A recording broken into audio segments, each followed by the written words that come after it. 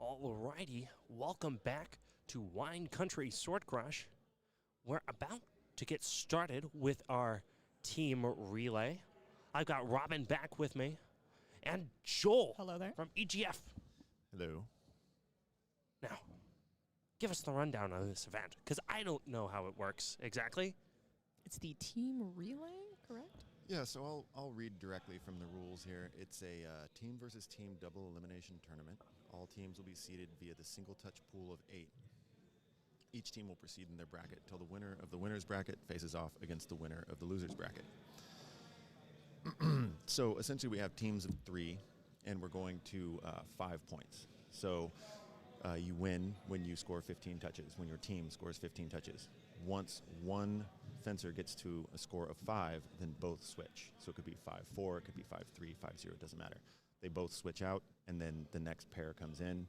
So everyone ideally will be able to fence some pretty meaningful exchanges. And if you're in the anchor, you have a chance to potentially make up a lot of ground. I see. So is this all individual matches, one at a time? Or These are one at a time individual matches, Gotcha. yes. Gotcha. So it's, sort of influenced by modern fencing team events, but the rules are going to be the same as in the previous tournament in the open. However, the difference are going to be, I am mistaken. They made a change here. So it's actually 21 points total. Both rotate every 7. I see. So all of the targets remain the same, and the target areas and point values remain the same. Alrighty. Do we know how many teams we have lined up already? We have 8 teams, so we limited it to 8 teams of 3, so that we'll be able to get through this and get out on time. But yeah, it's kind of an experimental thing for us, and we allowed everyone to choose their own teams. Sweet. Well, I'm excited to see it. Yeah, it'll be kind of. The idea is it'll be an interesting way to kind of build some camaraderie and make it a little bit more of a team event rather than always being so individual. And some of us have participated in AGO's longsword relay, which is just an absolute blast and really fun. So it takes some of the pressure off in a way that you're not worried about your own performance, but you're just trying to do the best you can for your team. I like it. Awesome. I've always been a big fan of team events in fencing. I think it's something that we need a lot more of. Oh, here we go. All right. With that, it looks like our first matches are about to begin. So do we have team names to announce here? Potentially. Do we? Do we have team names? Okay. Alas. Again, this is our experimental tournament for this year, so we'll try and make it a little bit more of a spectacle the next time that we do it. Now, we've been informed in advance that there may be walkout music. Yeah, that's what it seems like. That may have we had a technical issue as far as technically we don't have access to our speaker. That was sort of came up last minute, so.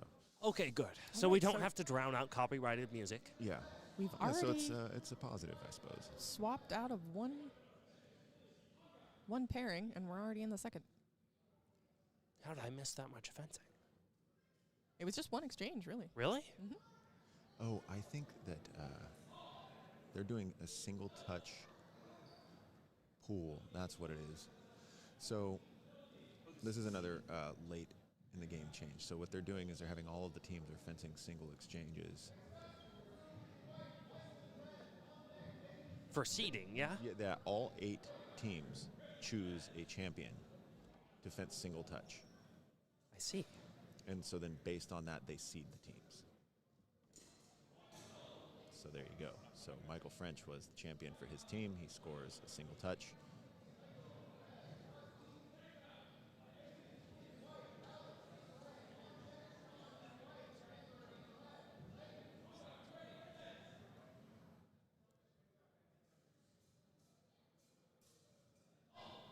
There we go.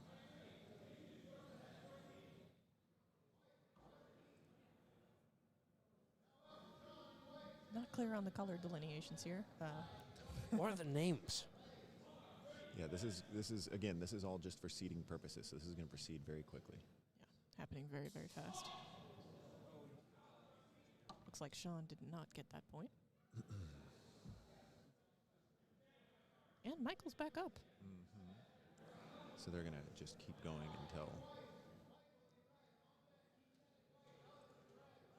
it's like a Swiss pairing sort of system.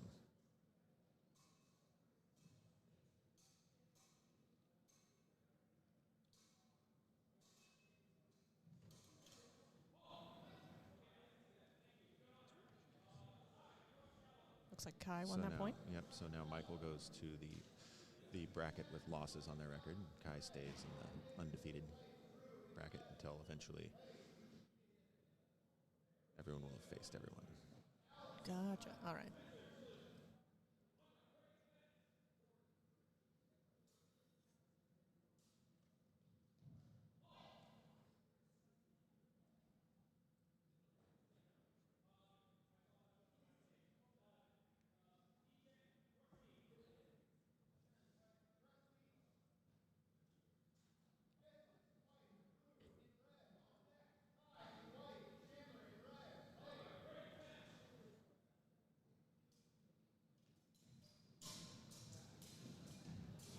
Oh my.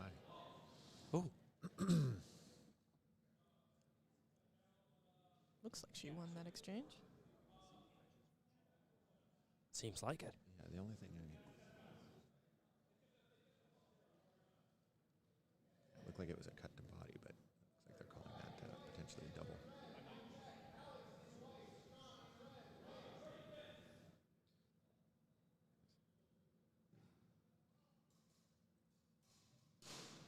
Oh, This is Kai Eva, formerly on guard's Rapier coach. Now he's up at IFG in Oregon.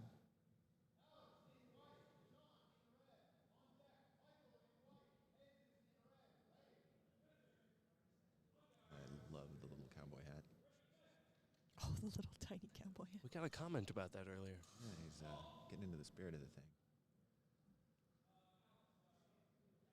We always have a sort of a hidden theme. This year it's cowboy, hence the mustache. I did not see the mustache, but Seems to have a bit of a mixed aesthetic.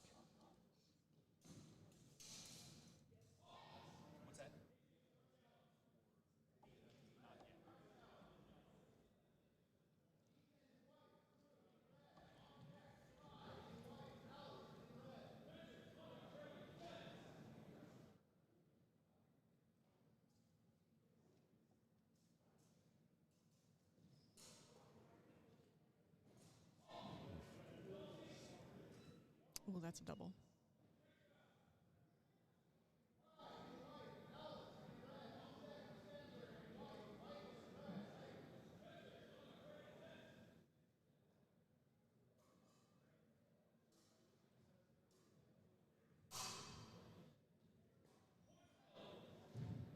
Looks like a leg cut.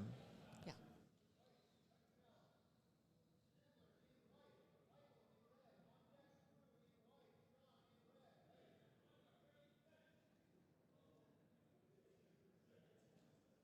Michael French, also originally an on-guard fencing product. The product, I like that. He's the first person in the club that was willing to buy all the gear and a steel fetter and start doing longsword with me back in the day. Wow, very brave. So the longsword program at first was just he and I beating on each other every weekend as we figured things out. That's how it starts.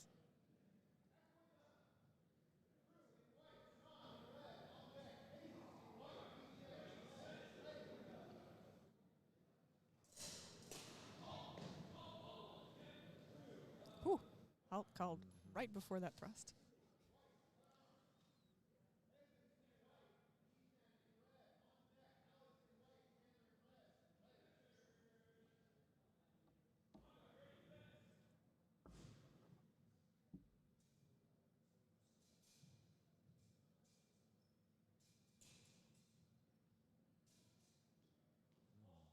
I thought that was Yeah, I saw the thrust there.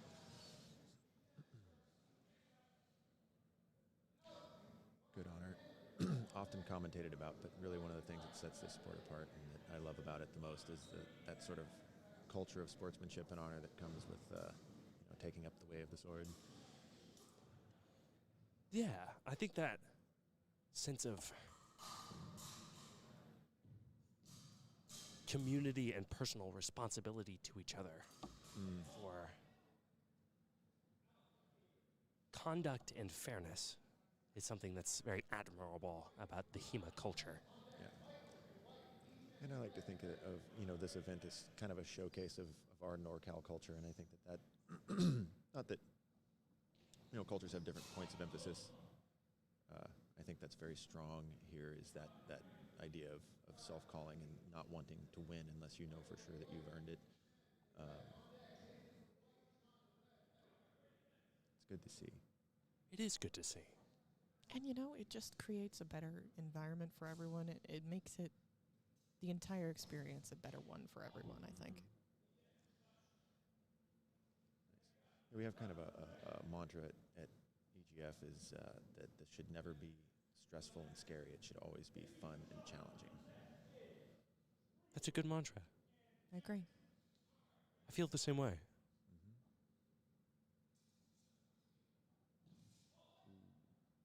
And I've certainly encountered my fair share of, I call it HEMA bros, where they just really want to act like this is a real fight or a real war when it's not. This is a sport, and you should be sportsmanlike. It's true. And whether you look at it as a sport or a martial art, that's a strong through line, I think, in both. That if you're a martial artist, then you're trying to treat this with a level of sort of respect and seriousness that it deserves.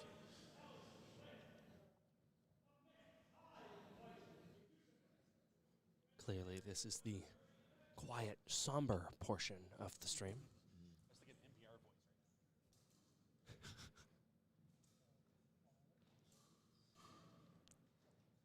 This part of the event really calls for it. Yeah, I'm not used to speaking into a microphone, so I sort of feel like I might be too close. No, you can't get too close. Eat it. Eat it. Eat the mic.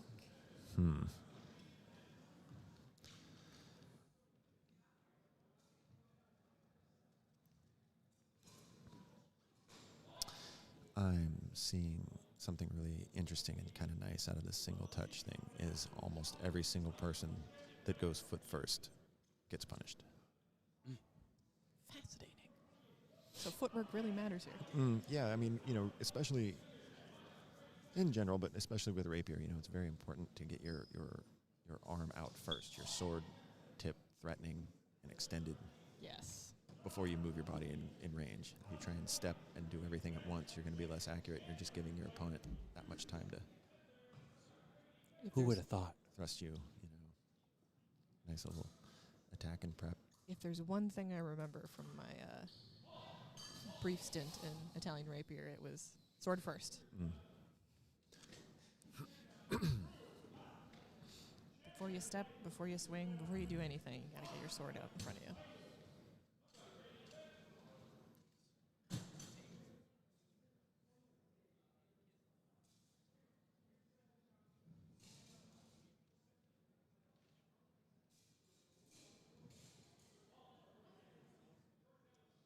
That was interesting, kind of giving up halfway. Nice. So maybe you can illuminate a little bit more about what's going on at this point. Well, like I said, at this point, we're just trying to go through a single touch elimination round with basically the team captain of each one of the 8 teams. Okay, so we're still. And this is still happening, and then that's going to seed the actual team event.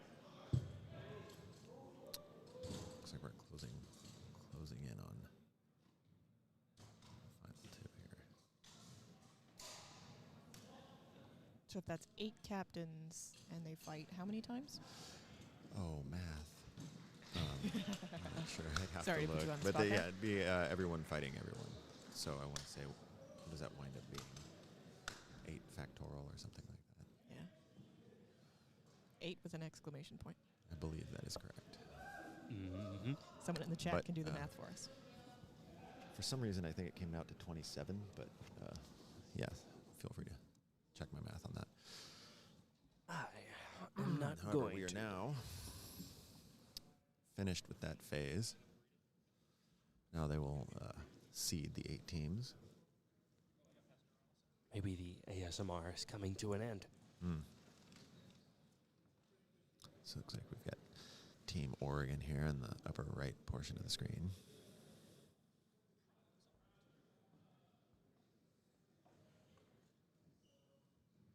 All right, that's the end of the seating pools. Now we just need them to update the details. And do I need to run commercials? Do you want me to throw commercials? Should you? I don't know if...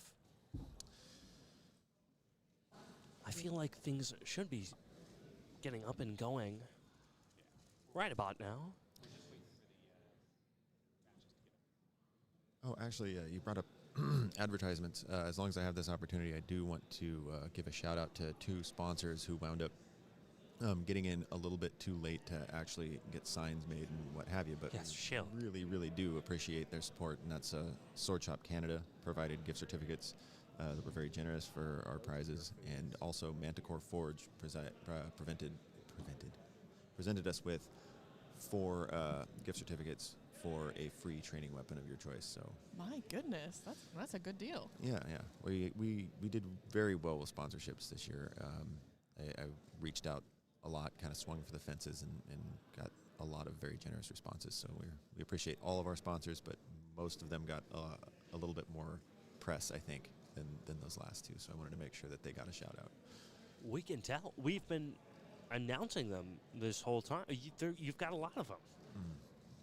Yeah, it was nice. You know, I was probably fortunate to have gotten COVID a couple of months ago because I was stuck at home with enough time to just start sending emails to, Poland and England. Forced to be in front of a computer Yeah, it's on like, the couch. oh, hey. What time is it in Poland right now? Speaking of, Here you go, Joel. We'll give you one of our ad reads. we're proud to be, we're proud to welcome Purple Heart Armory as a sponsor of Wine Country Sword Crush 4. If you're looking to stock up on gear, whether it's gloves, jackets, swords, or trainers, Purple Heart Armory has long been a staple of the HEMA world for quality and variety. Check out their full range at woodenswords.com and gear up with a name trusted by fighters across the globe. Got some Purple Heart gloves. Good I stuff. stumbled through that one. I've been pretty good with the readouts, but that gave me trouble. I guess it's trying to transition out of the ASMR voice. Get back into the Rat King voice. Well, it's probably the best time to riff. I think everyone's going and making a snack while we're getting ready for Ooh, don't make me hungry. the team event proper to get started.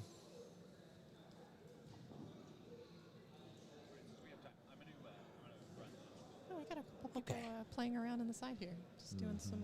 Ted's going to run us a commercial. All We'll right, be well, back. We will be back after this advertisement break.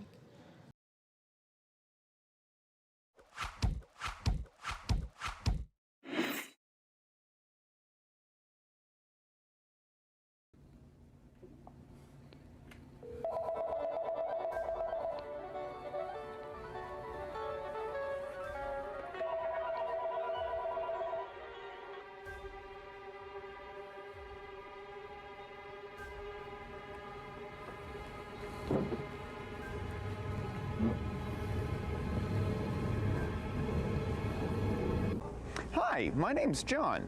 I don't know who you are. I don't know what you want. If you are looking for baseball or football, I can tell you, I don't coach that. No, yeah. I'm calling about the sword fighting lessons and the 3... But what I do have is a very particular set of skills.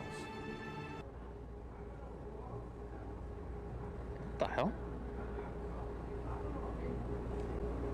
skills that I've acquired over a very long career. Skills that help me to teach Italian and English martial arts. No, that's why I'm calling.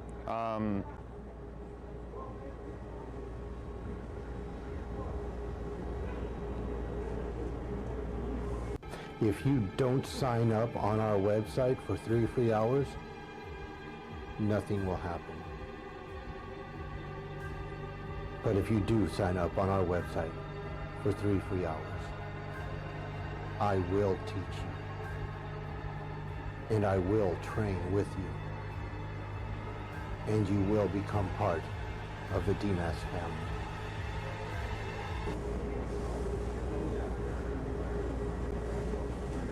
Signing up.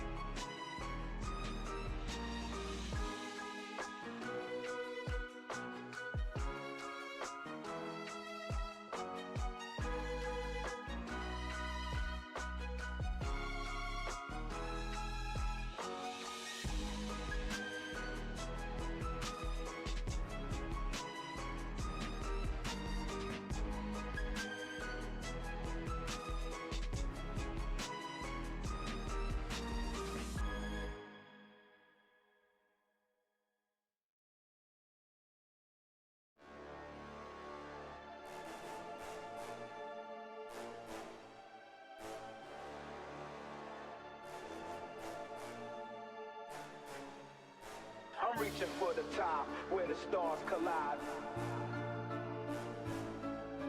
Fought for what I'm worth, now it's my turn to shine. Started from the bottom, now I'm rising from the grind. Hustling through the darkness, vision clear in my mind. Dreams ain't just for dreaming, I've been scheming on the low. Turning every setback into fuel, let it grow. They doubted my ambition, said I'd never touch the sky. But my wheels are rocking and I'm ready to defy. Look at all these mountains, conquered each and every one. Came from nothing, now I'm here, witness how it's done.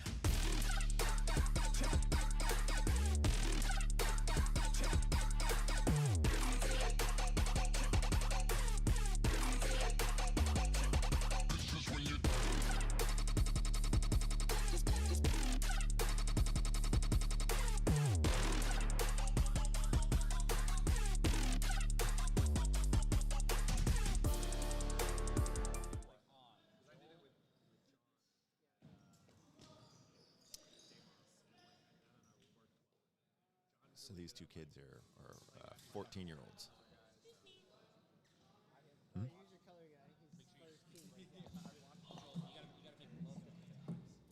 I gotta do what?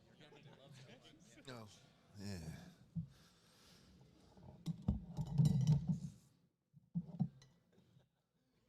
Hello. It's me. I'm back. So the relay proper has started. Sweet. Though, we are currently watching children, Vance. Yeah. There we go. We're doing 2, I believe. Ooh, beautiful thrust. I do not know It's what team I that think is. it's the Douglas Firs. It's the Pacific Northwest team. I'm not sure. I know that is Sean Baker. I'm not sure his team name. I love the cowboy hat. That's fun. Yeah, the tiny cowboy hat's fantastic. Looks like they all have them. Yeah, that's amazing.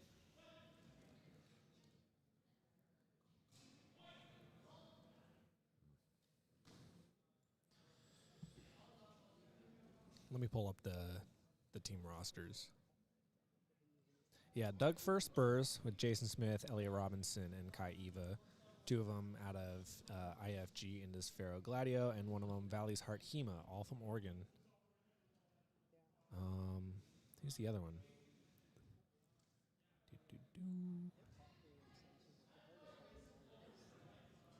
Oh, and then the Leone Rangers from Davenport, David Loudenslager, Clint O'Brien, and Sean Baker.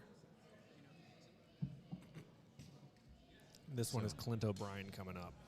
Yeah, the fellow with the snazzy gear here, he actually is one of the vendors for the event, as well as providing a gear repair table over in the second gym. So, Ooh. I might have to stop by. yeah, I have faith in his gear repair, looking at the snazziness of his rig. I know, honestly. And Jason Smith up for the Doug Firs.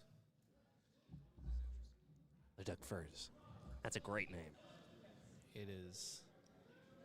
I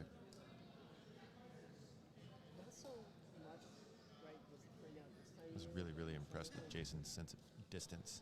He spent a lot of his matches in the Open Rapier tournament with 1 foot fully out of bounds and just never, ever exited. Loved that. It was awesome. He's got such a versatile style, and every weapon he excels with like extremely sharp distance management. I fenced him twice in longsword and saber, and they were both extremely close matches, and he really makes you work as much as he humanly can.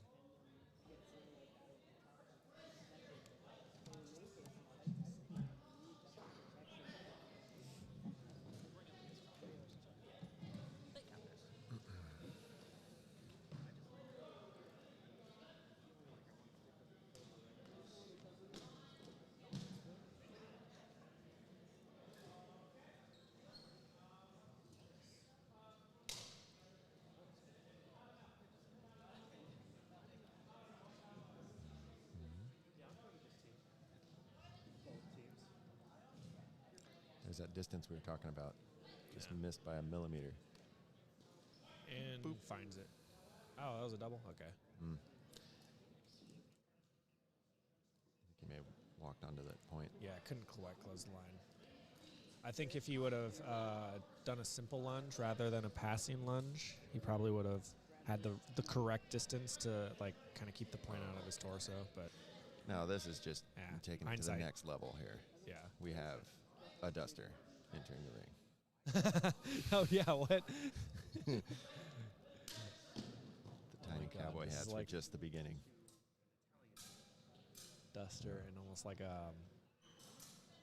What's that design on his mask? That's supposed to be something like some sci-fi thing. I feel like I recognize it. I just don't know sci-fi stuff very well. Yeah, not familiar.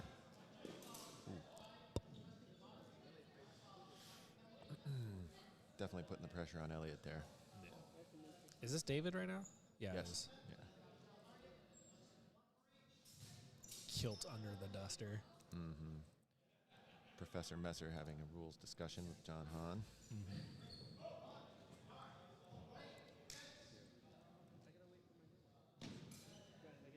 Nate Antill is the Rasputin-looking gentleman there who's running this ring, affectionately known as Professor Messer, as he's been running our in-house Messer study group for the last several months.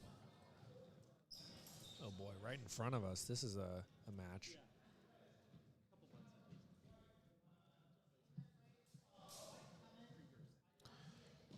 Oh, we've got That's crazy. They got- Jesus versus Kieran. That's going to be a good match to watch. Yeah, these two teams meeting first round is kind of nutty. First place and the Fighting Molotovs, on guard fencing versus the combo of Sawyer Fresky, Kieran Flanagan, and Alex Rahman. Chandler's referring to the ring that's directly in front of us here. So we've got two rings going.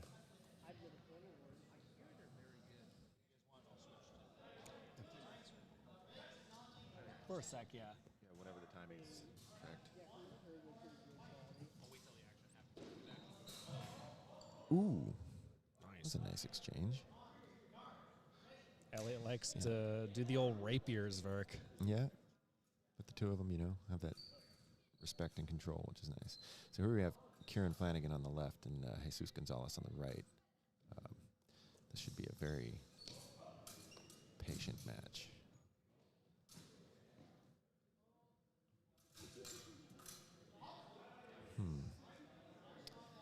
I didn't quite see what happened there. Did you see that, Chandler? Not really. They're going to call a cut Okay. with afterball? I don't remember.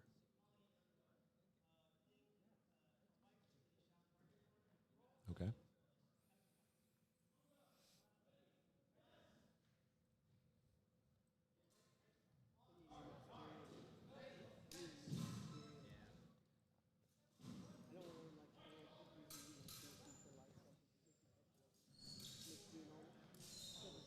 Oh, good honor on that. Nice.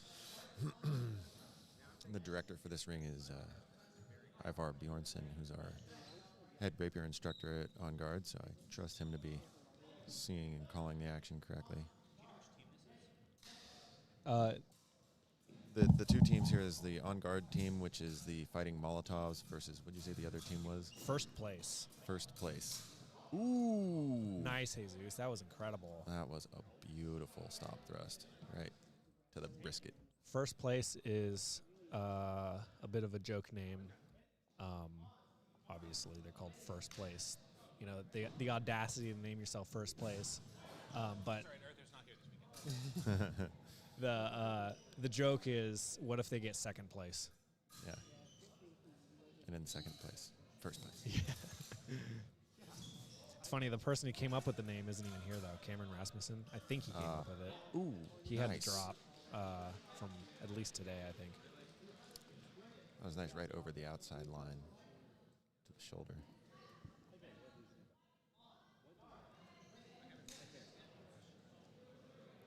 Well, they were lucky to find Kieran as a replacement. That's pretty insane. Yeah, I know, right? Have Kieran and Jesus fenced before? Like maybe one time at the club. Possibly at one of the events at the Sacramento Club. I think Kieran gets the thrust in there. In like a weird preem, too. I'm not sure how to. I'd have to ask Karen what his rapier style is, because it's kind of hard to peg. It's almost got some. It seems like it's got some Destreza influence. Right. I wouldn't say he claims that. No, I don't think he he claims definitely to be a mishmashes Destreza, stuff. but yeah. He likes. I mean, maybe by the pants he might be influenced by David Pascal a little bit, but I think that, you know, if you pressed him on it, I think that he'd say it's more of a Bolognese style. yeah, he definitely, that's his main specialty, especially with side sword and dagger, as well as side sword and buckler. He's a very much a Bolognese guy, so I think that takes influence on his rapier, in conjunction with a little bit more traditional, Italian rapier that you see most people do. Mm-hmm.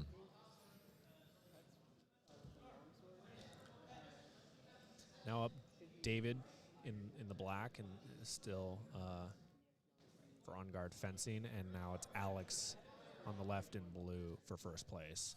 Today was the first time I've seen Alex fence. Me too, yeah. And I was really impressed. Mm-hmm. Alex is very good. I refed one of his matches in limbs, and it was Yep.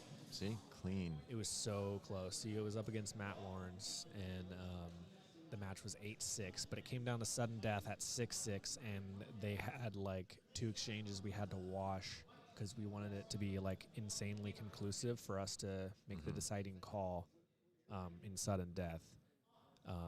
They were very evenly matched. And yeah, like you said, I've never seen Alex fence. He's relatively new, but he stood up against Matt Lawrence, who is very experienced.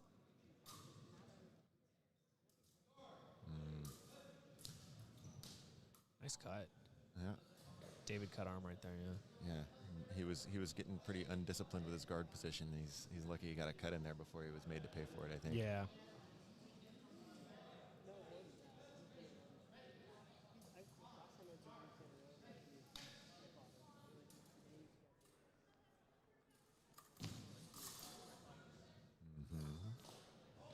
Ooh, did he? No, no. Nope.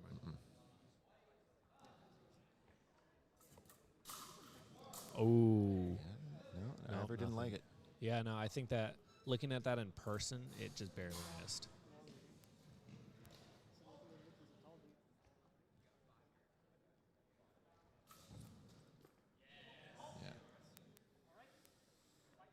Yeah. Yep. Solid instinctual response from Alex there. Take the cut to the head.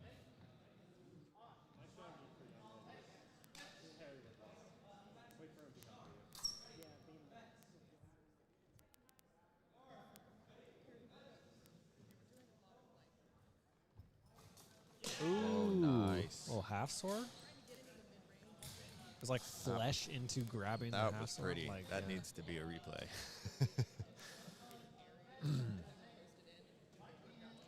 We'll have our figure out a way to do our ESPN top 10. You know, there actually is an ESPN Ocho now. No way. Yes, it is a real thing. That's so sick. Does it have dodgeball? I'm sure that it does. We got to get on it. Yeah, I think that HEMA on the Ocho needs to be a thing. Yes.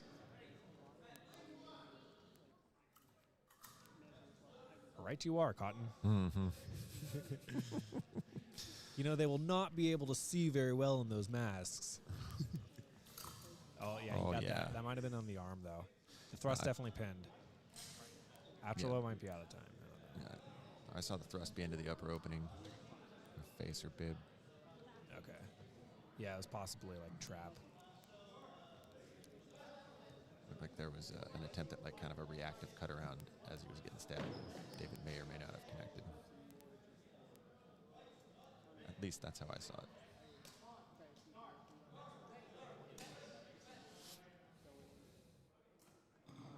After this exchange, we're going to go to the replay of that. Cool.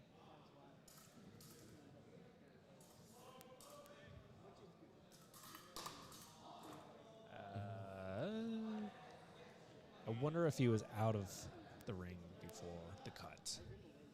But they're going to call the cut, which is fair, I guess. You know, I think David's making a pretty good tactical decision here, actually, because he realizes that he's overmatched.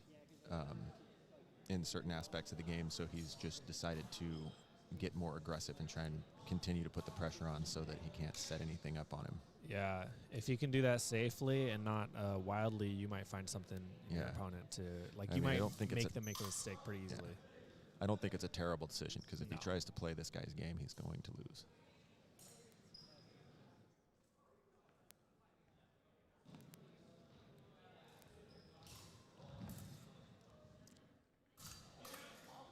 What the hell happened there? Looked to me like Alex got a thrust. Okay, so here's the replay that I asked for earlier of just a beautiful touch by Alex.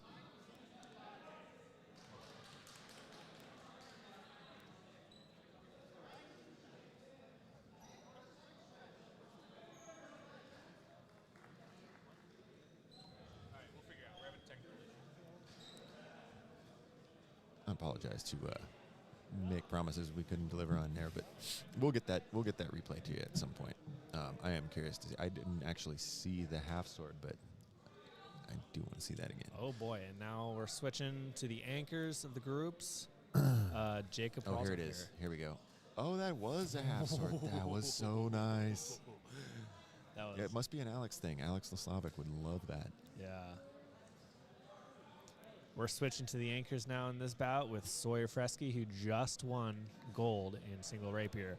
But you got someone who matches him quite equally very often is Christian Jacob Peralta from On Guard Fencing. These have been the two like rising stars in NorCal HEMA for a long time. They've fenced each other many times in multiple weapons. Yeah, they've been back and forth. Jacob, I think, probably has beaten Sawyer more times than Sawyer's beaten Jacob, but Sawyer has made improvements as well.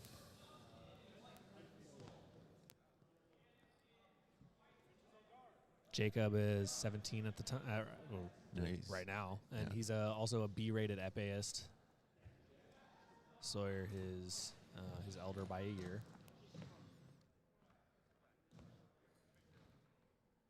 Sawyer Sawyer's doesn't doing- believe in epee. He's a foil Yeah. guy. Sawyer's doing a little bit of Woody Craig brand Fabris right now.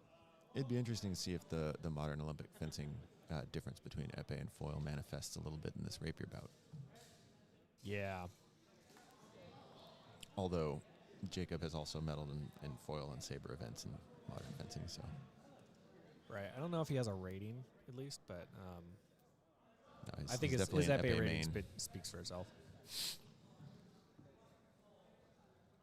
Junior Olympian. Mm-hmm.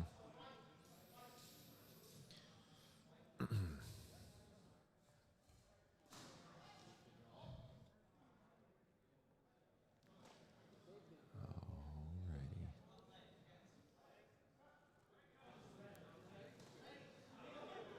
Ready to proceed here.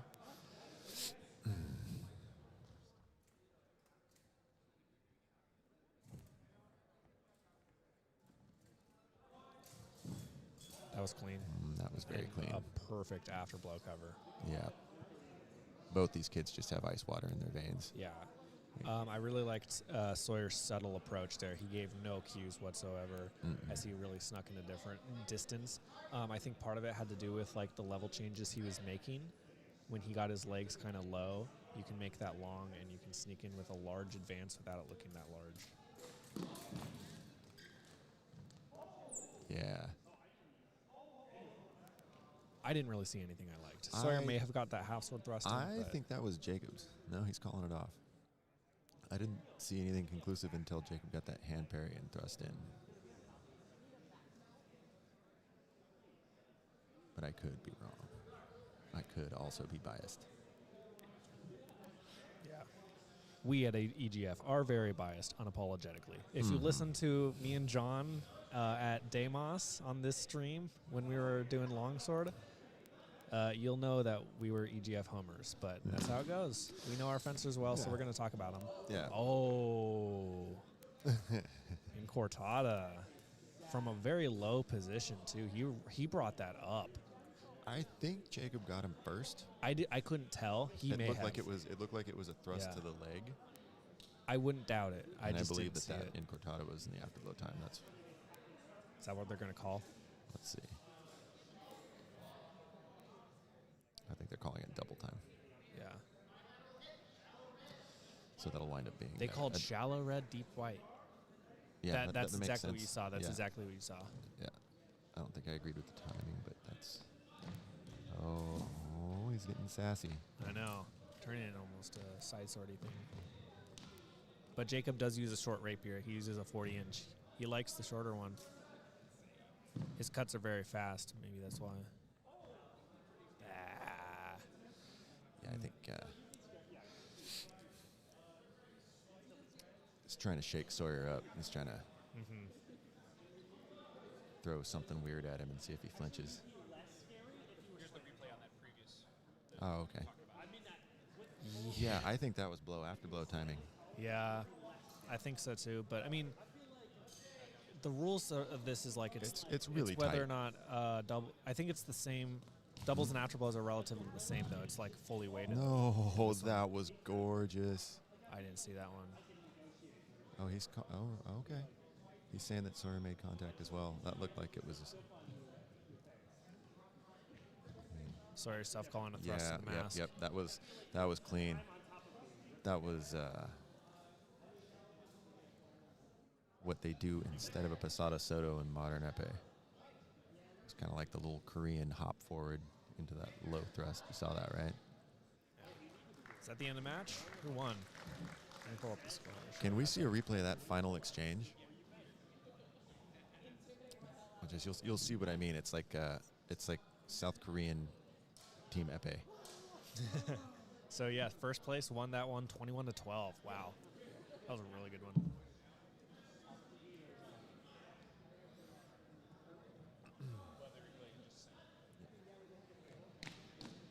Yeah, Sawyer's been experimenting with the Woody Craig style of Fabris, which isn't, as exaggerated as some of the Fabris guards in the text, but conceptually he does it by the letter of the law. I've talked to Woody a lot about his knowledge on Fabris and his interpretations, and he is here we go. extremely knowledgeable.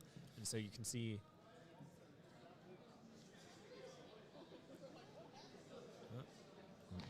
Almost. that specific wrist position that Sawyer gives to is very subtle counter posturing.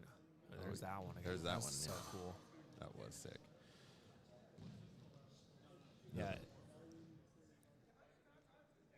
But the style involves like very subtle counter posturing, setting up angles, and the wrist position is actually using all of your fingers to actually move the blade and move the hilt, rise it up and down. Yeah. Let's see that again. Yeah. You'll see what I mean. Like that's what they do in the situations where you would want to do a Pasada Soto and Rapier, like in epee when it's still done. Boop. That's textbook. Look at that. If he could have avoided that leg, that would have been like insane.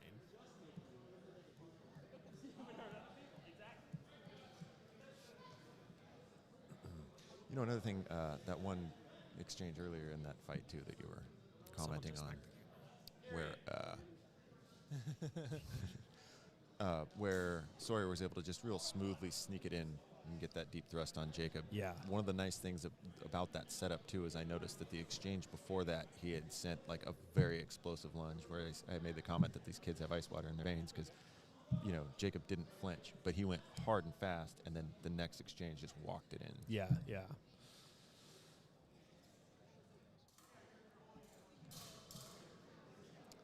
I want to fence Chris Suhu so badly, but I want to do it in longsword. He's more of a longsworder than he is a rapierist, I believe, but he looks like a blast. Chris is in black here on the right, and Michael French is in blue on the left.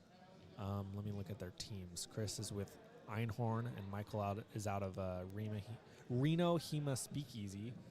Their teams for this tournament, Team Speakeasy and Mom's Linguini as opposed to Mom's Spaghetti.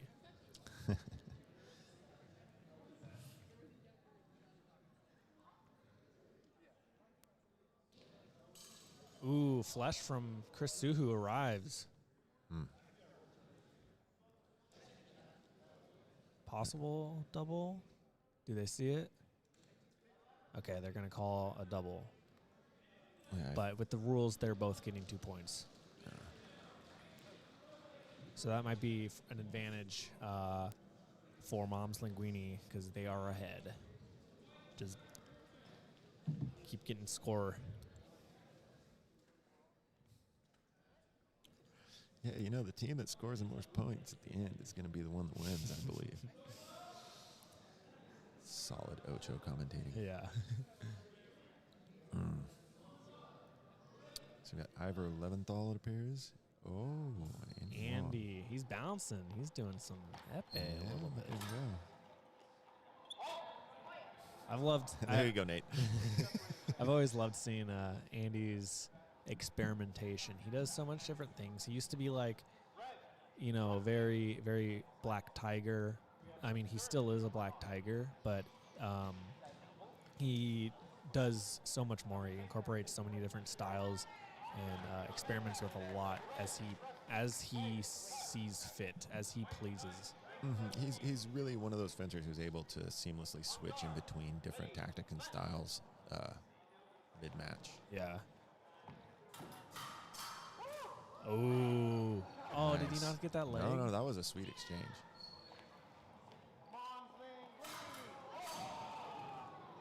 Ivor lands the thrust. Mm-hmm. Ivor's a really good rapierist as well. I just fenced him like a week ago. Yeah. And again, you can kind of see that both of these guys are a little MOF pilled. Yeah, Ivor has been, taking the Sawyer route as another youngling. Mm-hmm.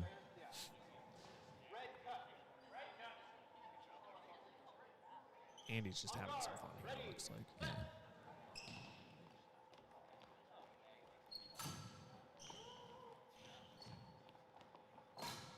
That looked clean from Andy. May have been a double, but it looked like Andy locked him out. I couldn't see Ivor's blade, but Looks like the judges aren't seeing much. It was a pretty fast one. mm-hmm. Seems like the discussion might be that they were both passé. I'll bet you Ivor's Nate's gonna- self-calling on the arm.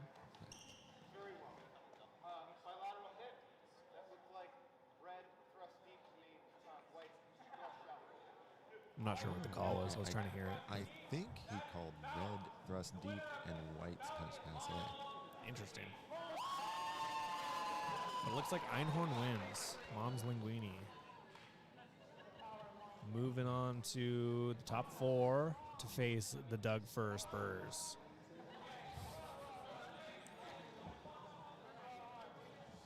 And having 4 rings really sped this up today. It was I know. a dude. great move. This is the first sword crush that we've been this on time, I believe. Probably. And not that we've really been terrible It's at our 4:30. forecasting How- before. When are we? We're doing the club thing, right? Going back to Yeah. the club and fencing. We're going to be there at like 6, dude. That's okay. That's better than getting back at like 9. I like doing it at I like fencing at 10 o'clock at Oh, night. you doing can it. stay till 10 o'clock if you want. I got to get my practice in. I got Sword Strong next week. I'm going This to is fence true. everyone I can. You know, since it's next week, you should not be burning yourself out. Just, Don't tell me what to do. I am your coach. I really want to fence Christopher Suhu. I've never fenced him. I fenced a lot of the people here, but I have not fenced Suhu. And he is a top 100 longsworder who I've had my eye on, and he looks like a blast. Yeah, as Jack would say, scalps are better than medals. Mm-hmm. I proposed that shirt to him, by the way. Oh, He yeah. loved it. Nice. It's got to be in German, though. Yeah, I know. Yeah. I can look this up. Hold on. I wonder if the Google translation will be as good as Marcus's translation, though. but Yeah, I'm no, gonna we've still try it. got an authentic German we can go to. I still want to look this up. I'm curious. Scalps are better than medals. All right. Kopfhaut ist besser als Medaillen. Island? Yeah, Medaillen. Something like that. We shall see.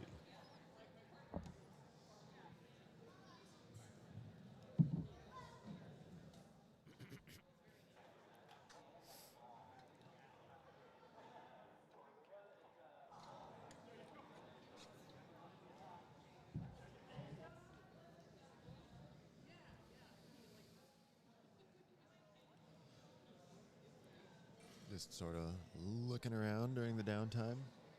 I don't want anyone to be terribly bored, but I am always sort of happy when our medic is bored. Yep. It's like she needs someone to go over there and hang out, so she's got something to do.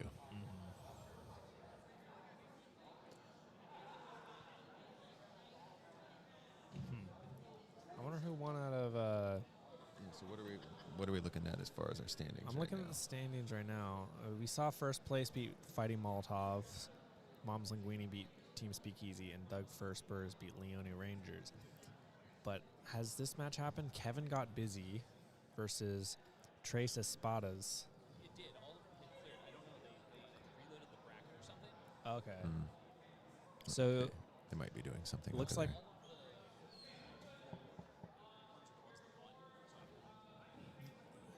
this one's not even Okay, on here, yeah. Like the winners are like Doug, the ones that won, first place won. I see. Okay, so Kevin Got Busy advances. Let's see who they are. Oh, that's right. We're doing double limbs. All right, we're gonna have a secondary bracket as well.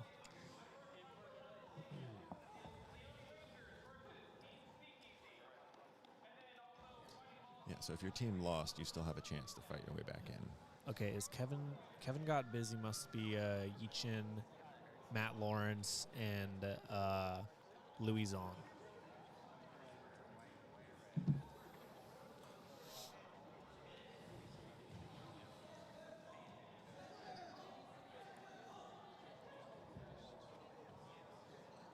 So that's going to be going up against first place. That's going to be a match.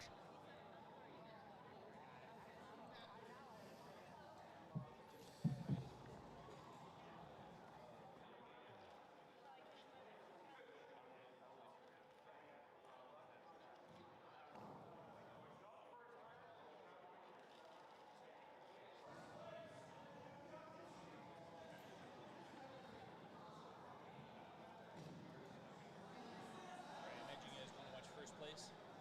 Sure. Yeah. Yeah, you pick the match. I just took these off so you know what's. Yeah, first place versus Kevin Got Busy.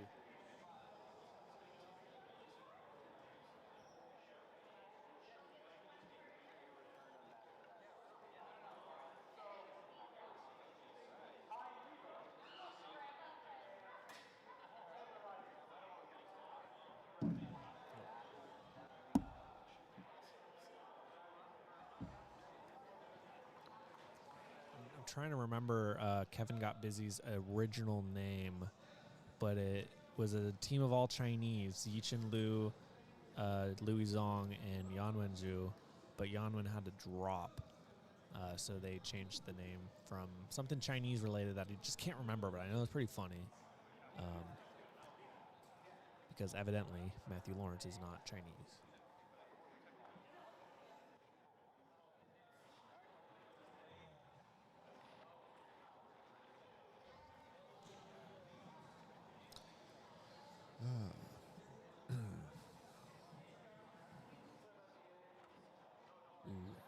I think they faced off. So to start this match between Kevin Got Busy in first place is Louis Zong and Kieran Flanagan. I think they already fenced today. I don't know how it went, though. So this might be a rematch.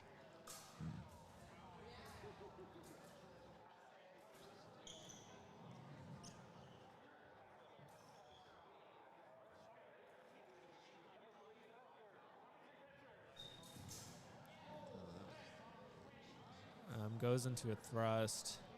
Gets displaced, but he does come around quick with a Moliné to the head.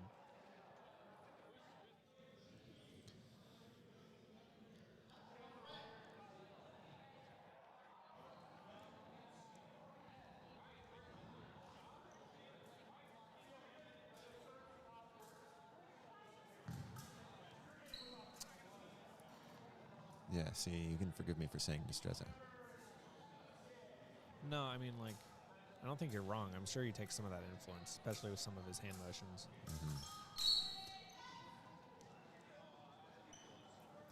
Well, here's the bounciness. Yeah. Louis probably takes. Well, Louis's been training a lot with Sawyer, but he's also been training a lot with Yishin. Yishin takes a lot of influence from Francesca Loda, so you might see that in Louis' fencing as well. A bit of that, like a little bit of hops mixed with Marcelli, I believe. Yeah, I hadn't seen that as a double. That's my mistake. Cut body there, Yep. I think. I agree. Good call, Jay.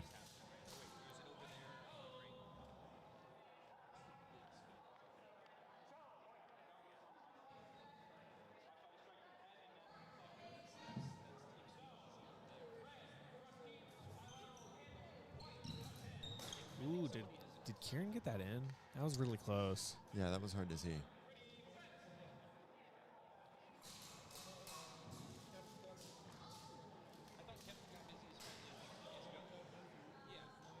Yeah, but aren't they going against first place, which is your guys' team, right?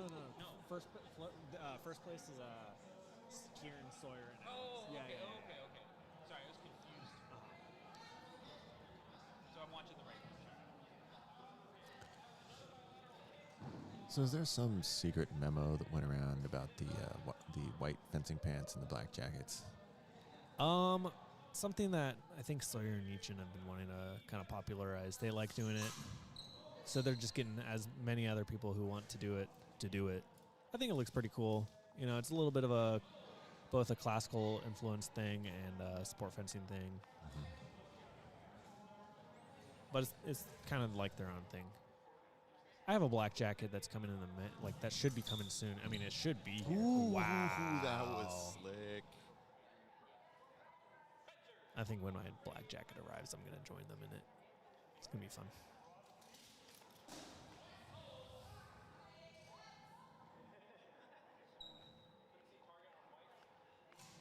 I didn't really see what Kieran did, but I do think The thrust Louis may or got may that. not have initially landed. If it did, then that half sword thrust. Okay, they're going to call it, yeah. That.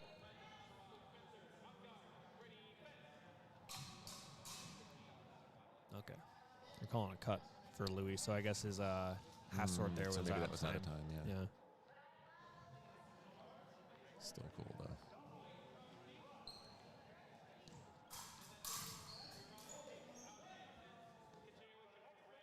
Louis, your longsword is showing. Thrust is Zverk. Yeah. Respect my point. Now take this. Louis is a really good longsworder, and he's got some extremely powerful Zverks. So it might slip through the cracks in his rapier game, but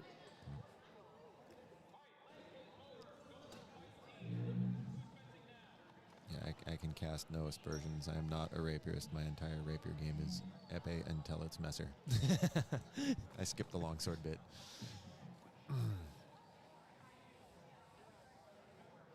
But I've definitely zverked people with a rapier before. I think I've managed to avoid doing that like for most of my rapier career, honestly. I do throw cuts, but I do Molinex rather than like the horizontal Zverks that some people do. But I also avoid cuts for the most part. Yeah, those are generally coming in if distance is dramatically and instantly collapsed. Yeah. I mean, I mostly do them on the retreat when I'm like, to keep away from me kind of swipe. Mm-hmm. This is Matt Lawrence now on the right and Alex on the left. That should be a very good match. They had this was the match in the limbs that went to sudden death. These guys are very evenly matched. Matthew uses a... Nice. Did he duck it? No, he didn't. Nope. Matthew uses a very short rapier. It looks like 40, maybe 39, but possibly 40 inches. Alex, his looks probably... I don't know, maybe pushing 44. 45 is the limit for this tournament, correct? Yeah, it is.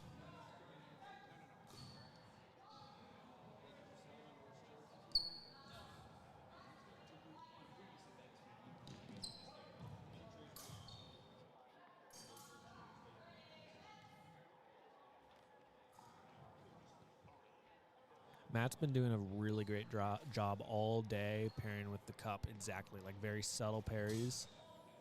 Did he just counter time that real nice? Ooh, I don't know what they're calling. Yeah, Matt. Okay, they're going to call a double. That's probably fair. Yeah, Matt Lawrence is a graduate of the Sonoma State Fencing Master Certificate program, so he's had a heavy classical fencing influence. Yeah.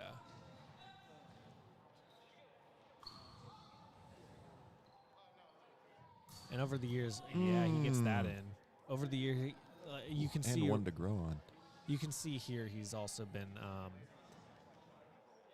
I guess slightly influenced by a little bit of sport fencing, but I don't want to call that just because he moves around. Yeah, just because he's mobile. It's definitely like more the classical fencing style. I think you don't see him doing a lot of hoppy, épée sort of things. But he's been adding mobility and athleticism more and more into his game, and it's been helping him really improve because he's already a smart and tactical fencer. But yeah, he's always been very technical, and yeah, you can tell that he's been working on his athleticism and explosivity. Yeah, definitely.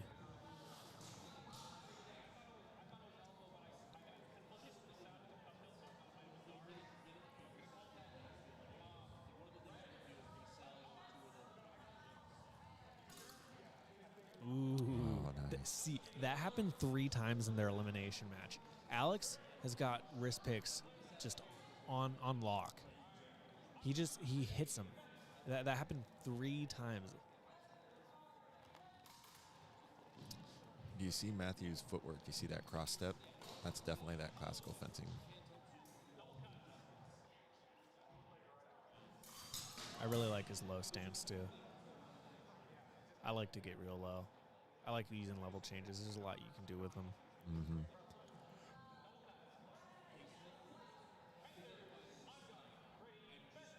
I feel like level changes are a possibly underutilized tactic that can bear a lot of fruit for Hemists.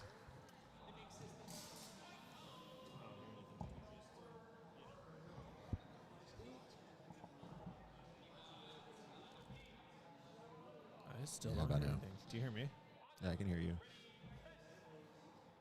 Oh,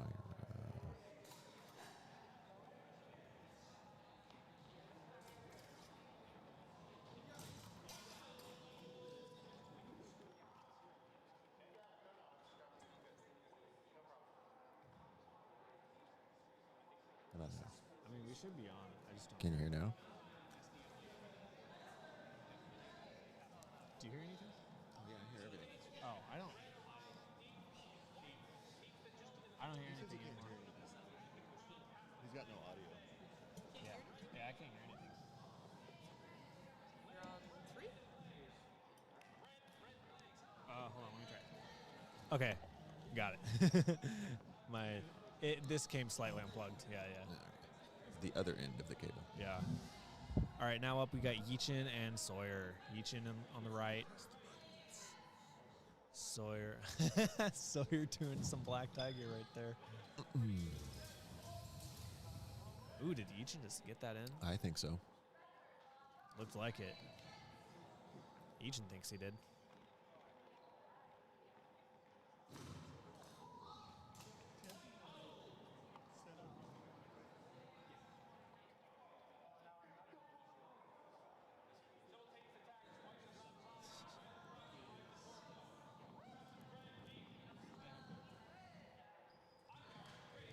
Yeah, nice. Clean.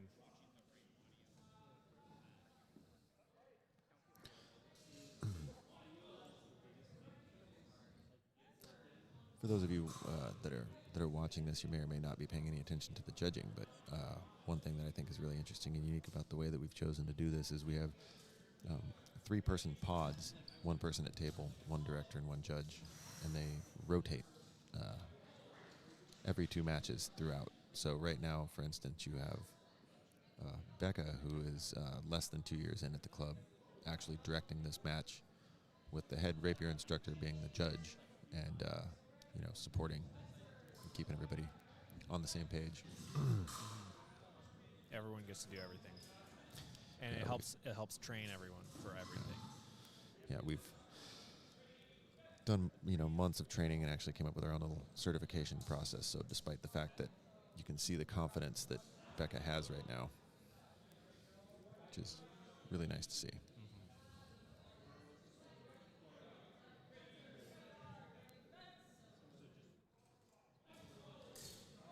Ooh. Sorry, just couldn't quite displace it with the attempted in cortada.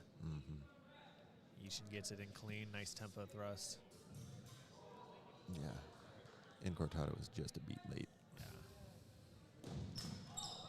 Attempting Appel into a Molinet cut to the head. And Yichin gets the attack and prep to the torso.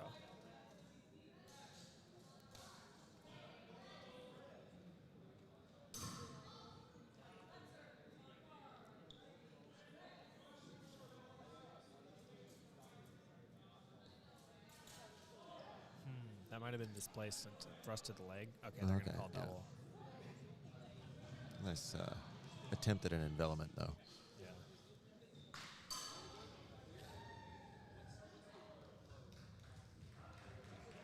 What's the score right now?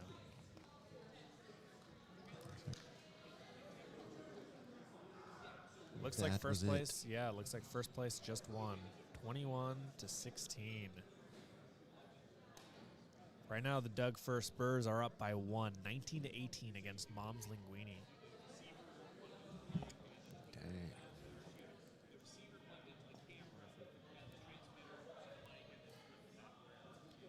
All right, so who we got coming up next? Let's see.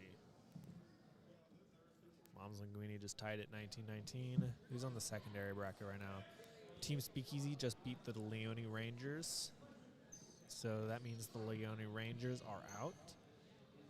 And Kevin Got Busy will fence Team Speakeasy in the top 6.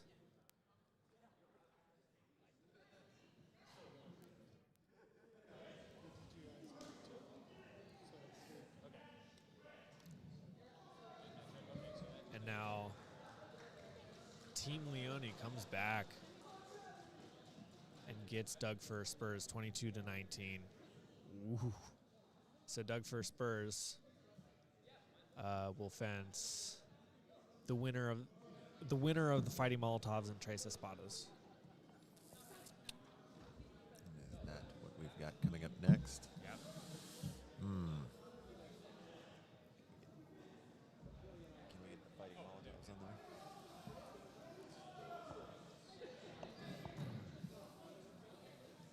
Okay, I guess that's Amelia Crate, isn't it? Yeah, Tres Espadas are the Lonin women.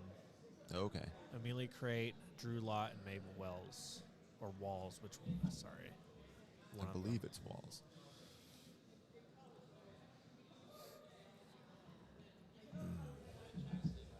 Huh? What does chat have to say? What does chat saying? I don't know. They're probably saying that guy's a scrub.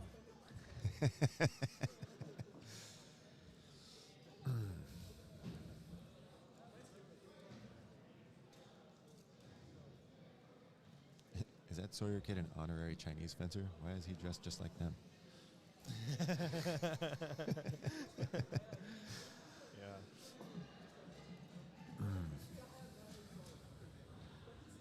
All right. Is this Jesus on the left? Yeah, okay. It looks like Amelia lands a thrust.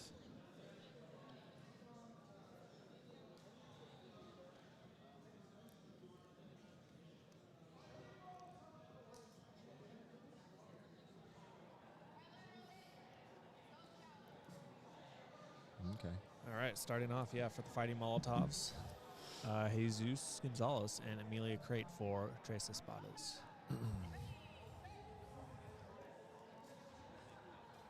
Let's go, Jesus.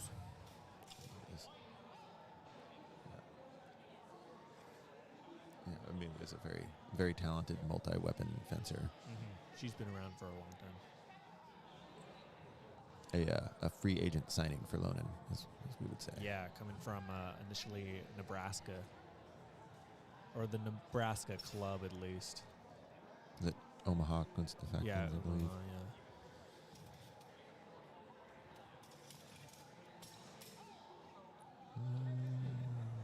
Okay.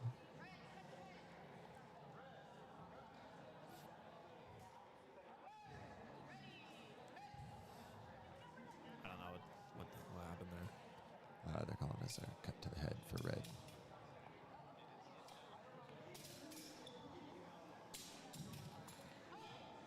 Cut leg. Jesus is going to have to start keeping his guard up, or he's going to get punished. Very similar to what I said about David earlier, I think. Mm-hmm. Which is usually a strength of Jesus' game. So Yeah, that may be something that very tight defense. that high position that Amelia is taking may be throwing him off. Pretend you're fencing Jay.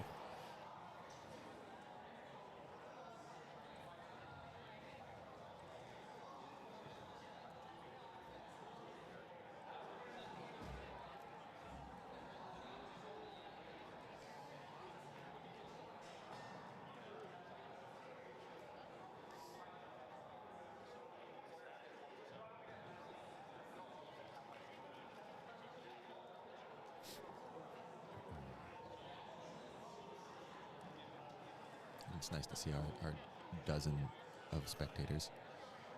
I know, yeah.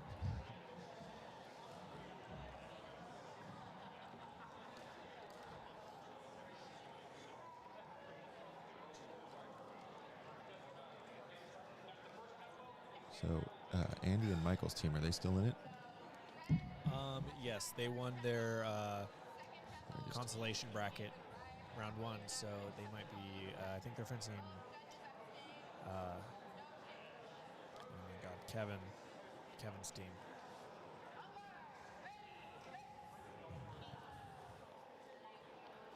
Ooh, nice.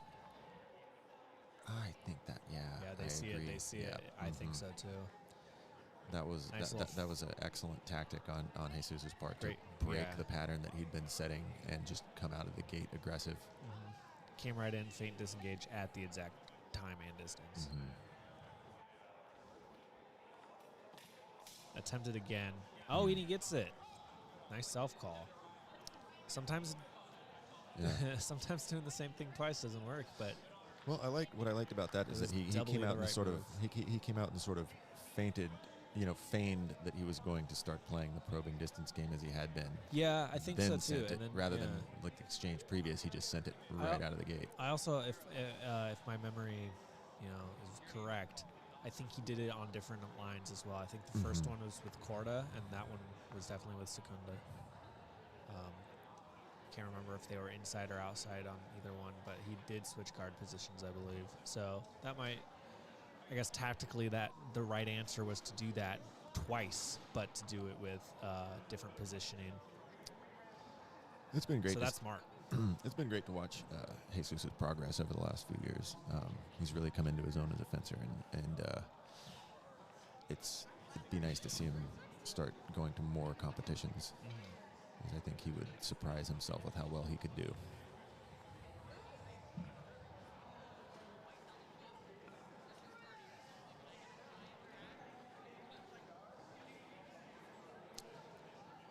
Now, Also, I have to say, I'm not generally a big fan of excessive costumey elements in HEMA gear. To each their own. But Maeve is just absolutely rocking that.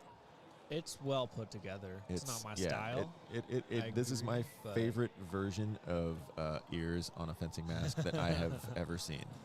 I can't say I have a favorite personally. Well, until today, I didn't either, but I do now.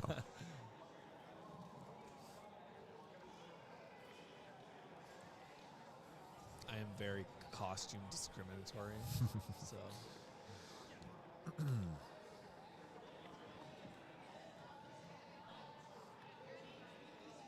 it's Drew Lott now on the right, and Jacob Peralta is going to be on the left for the Fighting Molotovs.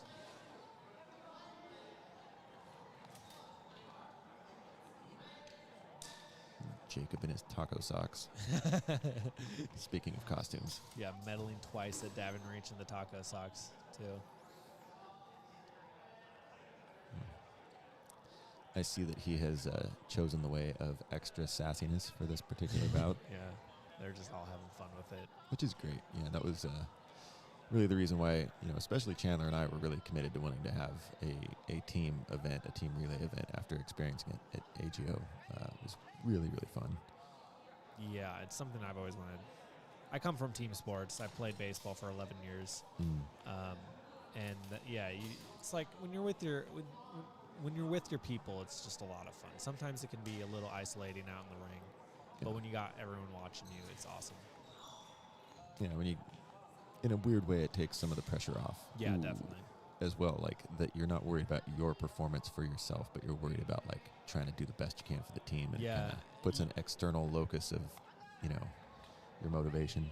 Sometimes you get that extra adrenaline where it's like, hey, you're trying to do it for your team, like you said.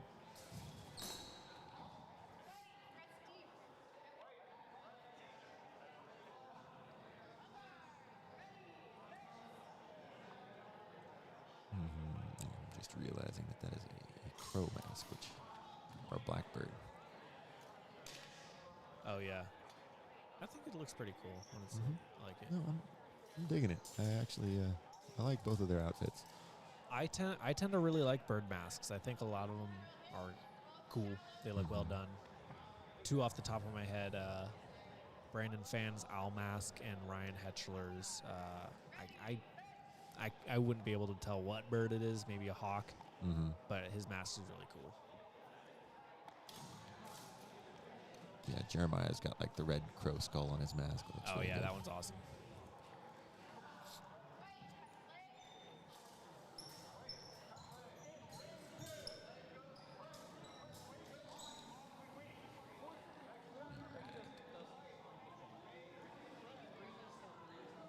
So the last leg. Looks like the Fighting Molotovs switched up their batting order. Yeah. Putting David in at anchor. What's the score looking like? Fighting Molotovs are up 14-6. Jacob really pulled ahead there. Yeah, Jacob did some lifting in the middle. I think that's not a bad tactic. We also allowed with this that you can switch your batting order.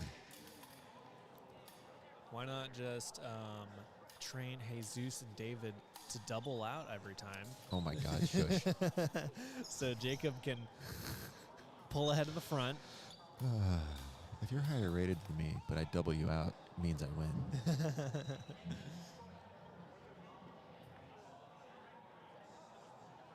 Cut body from David, it looked like. Yeah. Oh, and John sees a cut head from Maeve.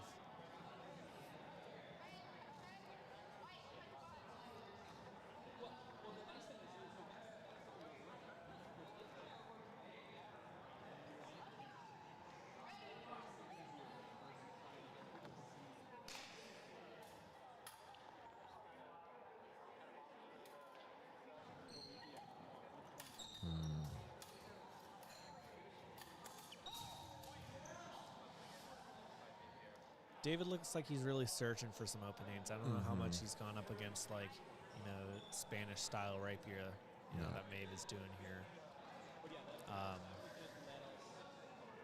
He might be thinking in range too much, and that's always a problem.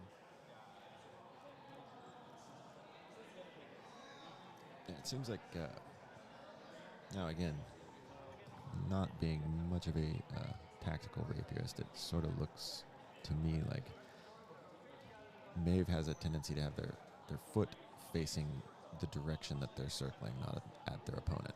I've seen that as well, yeah. Yeah, and the first thing that I was thinking just in my longsword brain that is if David is able to circle to the left and attack that lead leg, he can kind of break that structure and then find his opening. Correct. And break that structure with the phantom bind, you know what I mean? Yeah, there it is. I think David's getting a little too sucked into it. Yeah. But he finds it, looks like. Ooh, double. Yeah, well, he's not trying to thrust with any sort of opposition. I think he's just trying to free himself completely from the bind and go for it, that's what'll happen. Yep.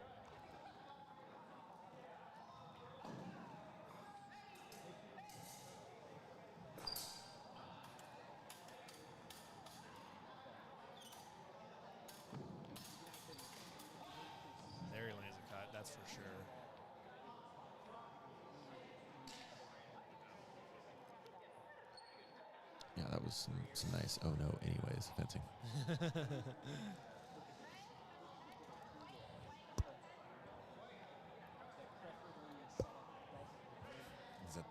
Is that the Wakusi pop right Yeah. there? I can never wear one.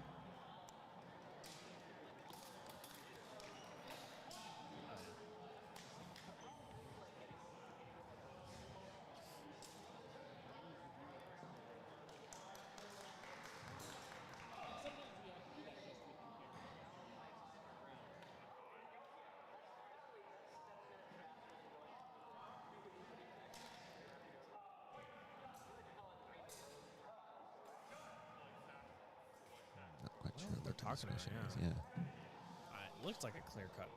Well, this is another. David. Okay, there we go.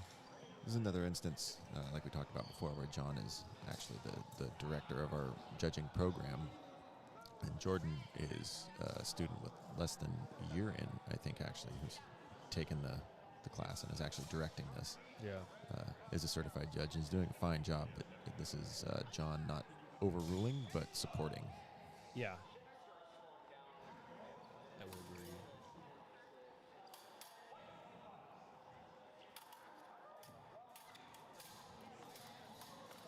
Nice. Looks like cut again. Okay, they just see Maves. I thought David might have cut the leg there. I thought it looked like he might have got a thrust into the body.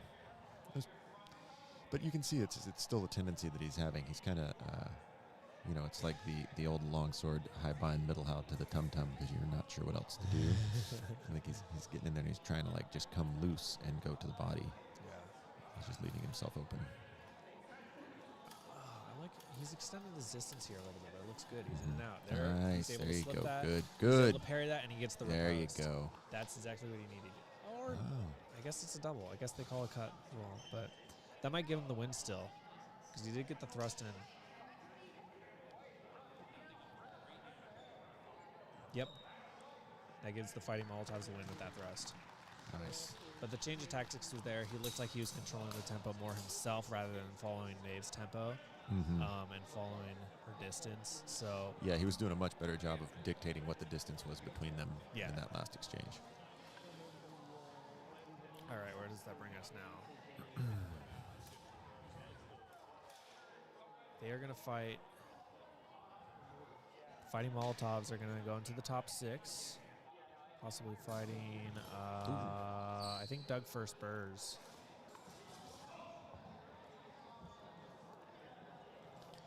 Can we get this one? Yeah, you switch to this. Yes, please. Well, that's all good. Mom's and Weenies up in first place. Who is this? Okay. This is Kevin. Yeah, Kevin got busy versus Arena Team Speakeasy. Yeah, so we're just coming into this in progress. So we've got Matt Lawrence versus Andy Wong. Kevin got busy is up 11-9. This is close. This should be a very good match. Double thrust.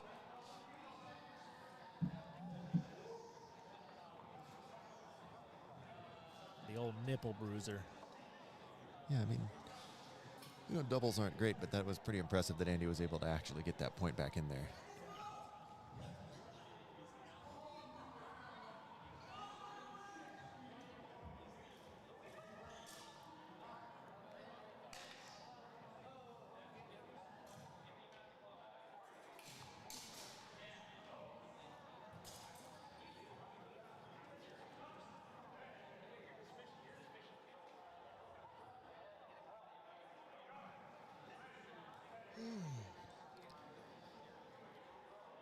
Andy gained a little bit of infamy for fencing longsword one-handed.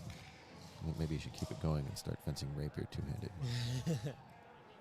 About that, I may or may not have forgotten to put a weight limit or a weight minimum in longsword rules. Oh well, whoopsie poos. You think that initial low line thrust landed or no? I think it did. Yeah, blow Based on after my blow. memory. Just trying to guess the calls. Yeah. Trying to judge our judges. Okay, so they're calling them both.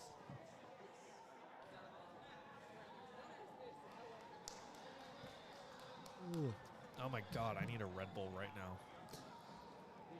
Yeah, I'm pretty happy about this comfy chair that they have here at the announcing I have a booth. shit wood piece of. All right, I think that's acceptable in PG-13 rules. Can't remember if I made the last string R or not. Honestly. Okay, so we're back over to ring. Is that ring 2? That's ring 1, I think. So we're using rings 1 and 3. So we're back over to ring 1 now. So it looks like Jesus. Oh, now we're back to Okay, yeah. Yeechin versus Michael French. Yeah.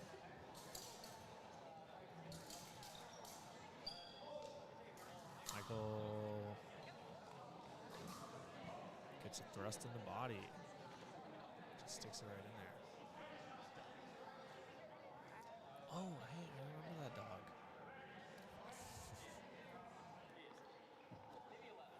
Cute little bulldog over there. I remember her from last year. She's such a sweetie.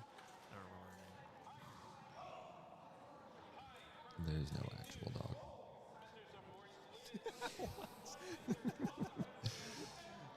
It's like Chandler's 8th grade girlfriend that lived in Canada. What? Oh my God. Sorry, getting a little punch drunk late in the day here.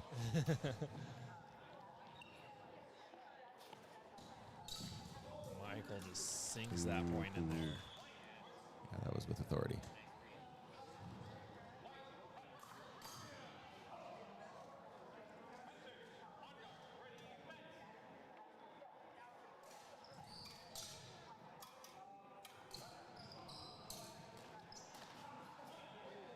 Passe thrust into the cut, yeah. Maybe double cut. There's something different about Michael's fencing today than what I've seen in the past. It feels almost like he's trying to fence his opponents on hard mode for himself, if that makes sense. Like not saying that he's not fencing well. It's that he's sort of not using his height as much to his advantage. I think I could see that. I think he's such a nice person that I might actually come into his fencing a little bit. He's a nice fencer, and he's allowing you to do the best you can do instead of shutting it down. May also be, he's been running his own group for a while. There's an element of artifact when you're the coach and you're always trying to get the best out of your students when you fence them. That sometimes is hard to shake in competition. That makes sense. But I feel like it's actually more of. I think it might be more of a thing, a stylistic thing that he's doing. You know what I mean? I'll have to ask him later. Alana and I were just talking, like, Michael's such a good fencer, but he always seems to get, like, the bad end of the stick in eliminations, kind of getting knocked out too soon, fighting people who are, like, just, I don't know. He's always fighting the medalists or always getting bad calls against him, something like that. He's definitely one of those fencers who is better than his record. Yeah, absolutely. Fighting him is always a lot of fun, and it's always just, like, full focus, full brain and body activity going on. Yeah, he's extremely dangerous.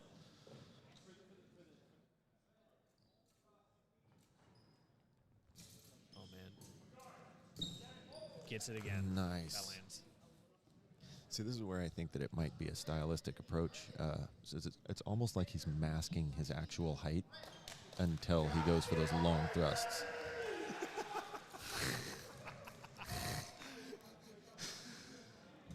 Oh man, that's an upset. I think that's an upset. Even though Team Speakeasy is obviously extremely good with Michael, Andy, and Shannon.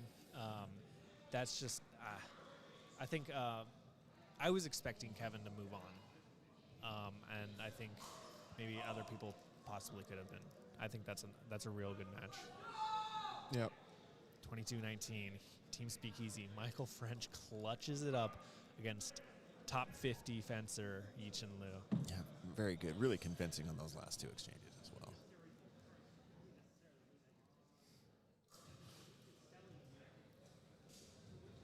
All right. Chris Suhu on the right, Alex in blue on the red. This is Mom's Linguini versus first place. This is in the semifinals in the winners bracket. Right now, first place is up 13-11, and Sawyer has not fenced yet.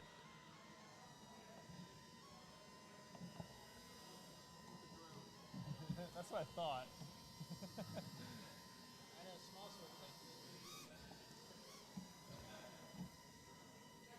So, Are you done revving? there's only two things that can do anything, so I can't really continue. I just wanted to see if any dreams or have been Crushed? met. I think everything's fine.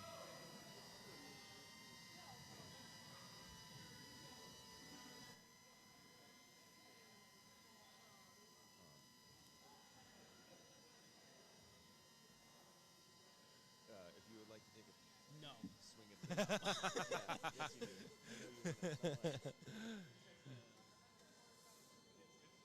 Any pithy comments? Any riveting commentary? We've been killing it, bro. Start making fun of Chandler a little bit. That was fun. I don't know. I was thinking this area looks as morose as a morgue. Okay. Stay focused on it. I'm trying to not be distracted by the dog. All right. Sawyer versus Ivor Leventhal. To close it out. First place is up by 3, 14-11.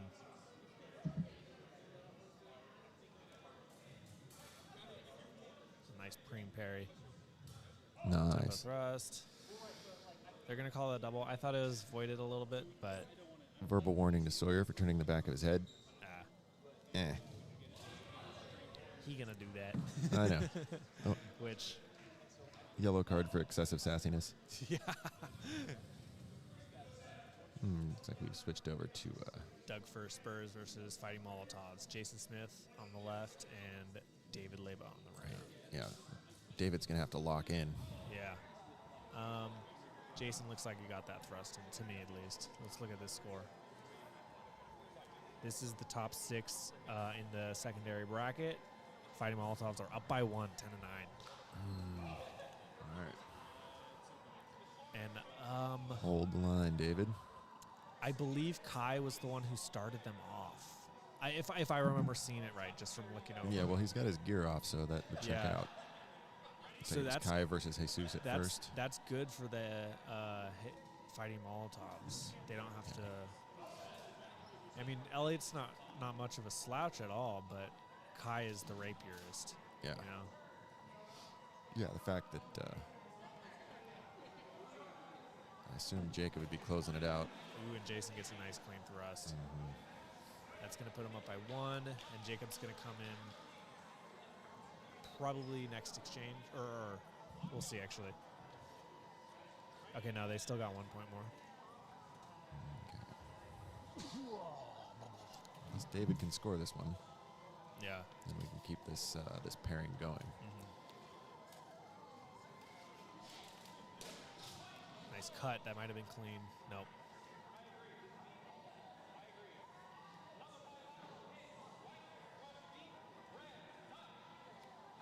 So that's going to switch them. They'll Put it at 15, 15-12. Yeah. Jacob's got a 3-point deficit, but as a top 30 rapierist himself, he's got a good chance to be able to pull ahead and clutch it up.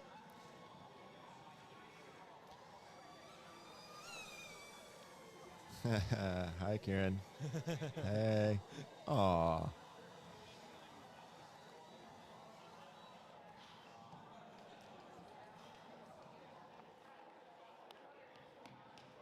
right, here we go. Again, Elliot definitely no slouch. What happened in the first place Mom's Linguini match? It just kind of stopped. Jacob's got some ground to make up here. Oh, first place won. Never mind. Oh, first place is in the middle match.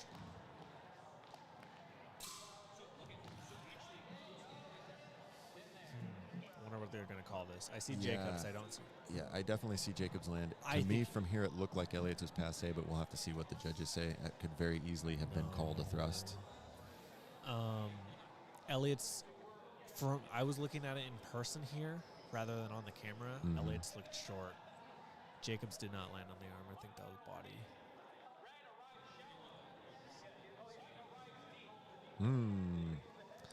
Yeah, I knock think- it off, Jacob. Yeah, I Shake it think off. even But- Elliott self-called body. Yeah, he did. At least tried to, but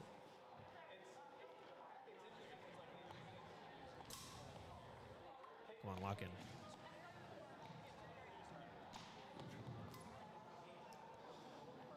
Most important Okay, point is yeah, always self-call. nice. That was a nice Good little stop honor. hit. Good honor. Yeah, I was gonna say I think that counter cut landed. Nice little pick to the wrist.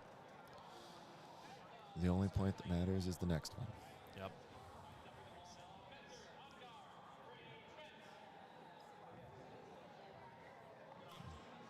Elliott's in a bit of an advantageous position because he's just got to hold the line. Yeah, definitely. And he's a mobile fencer. He's gonna be. Oh, that's clean. nice. Yeah, it's gonna that be was, hard to score on Elliott.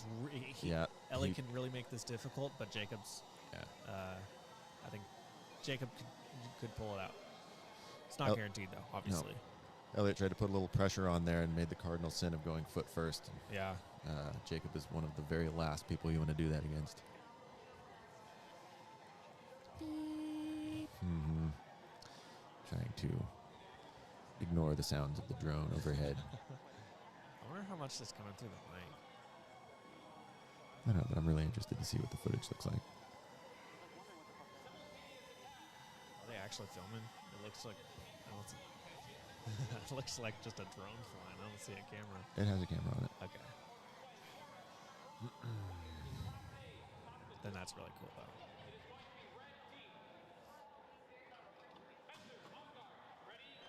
But I feel like I'd be distracted if that was going overhead and I was fencing.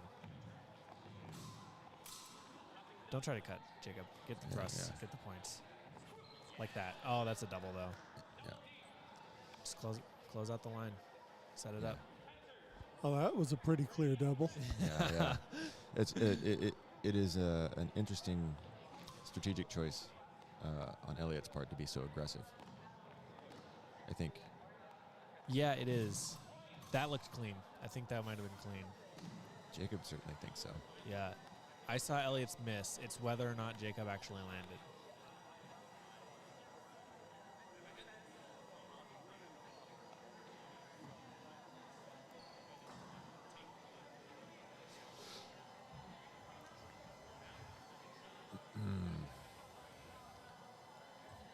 It's Personally. 1918.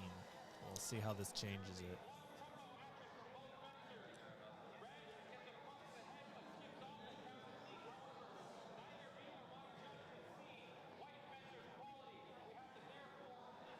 Unclear. Action unclear. Calm down. Yeah. This is not an Olympic saber match, Jacob. You need to chill just a little. Yes, casual funsies.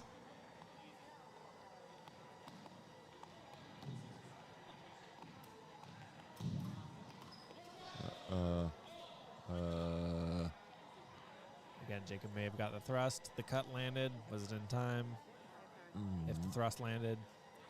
Yeah, maybe, but he took that thrust to the back there due to him turning his back to his opponent before hold was called. So I'd be tempted to give him, if at the very least, a warning for unsafe fencing behavior. I personally thought it was on the top of the shoulder or like on the trap before he turned, but yeah, either way, he kind of turned.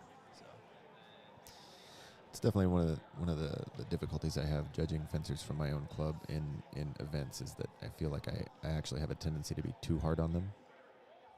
I feel that a little bit, yeah. But also, I always feel awkward carding my own clubmates. I'm like, dude, I don't. I mean, I do it, but I'm like, come on, man, you know better. Yeah, I feel more comfortable carding my teammates.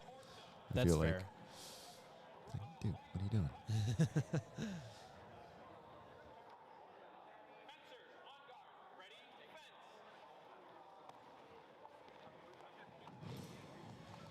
Yeah, use your skills. Come on. That's another double. That might be the end of it. That was, you have chosen poorly. And the Doug first pulled out. Yeah. Good Elliott job, Elliott. was- Way to hold the yeah. line, man. just tricky enough. 22-20 the score.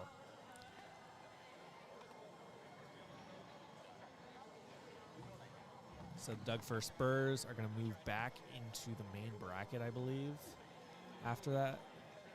Or into a third place or fourth place match or something like that. I'm always really not great on how double limbs work.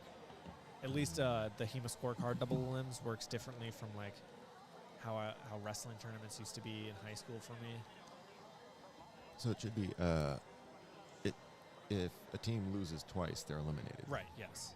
So, but it's just like how many times do they have to keep advancing through different rounds of semifinals? Because there's always like there's sometimes like 3 rounds of like top 4.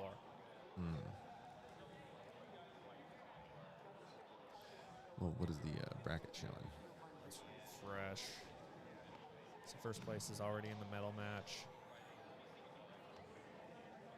We have yet to set it up into the computer.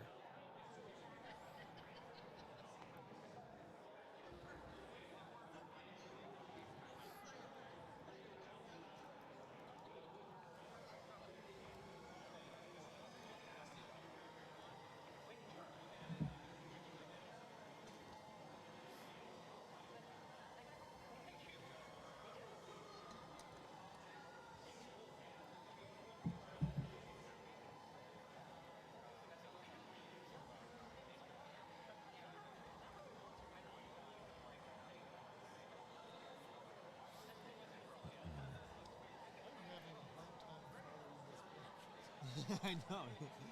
Yeah, they're working out the details right now. We'll know who's still fencing whom here soon.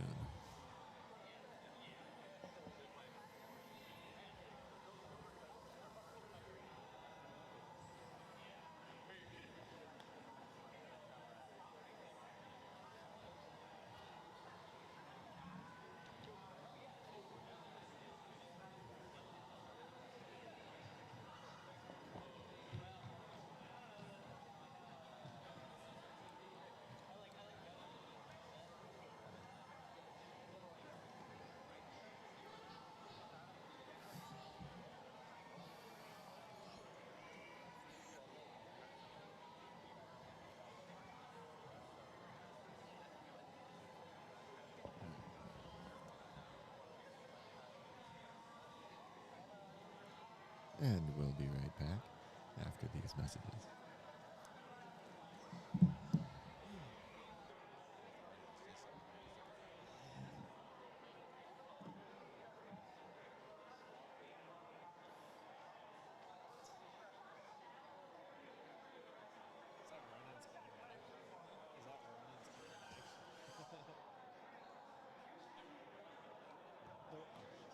Okay. Yeah.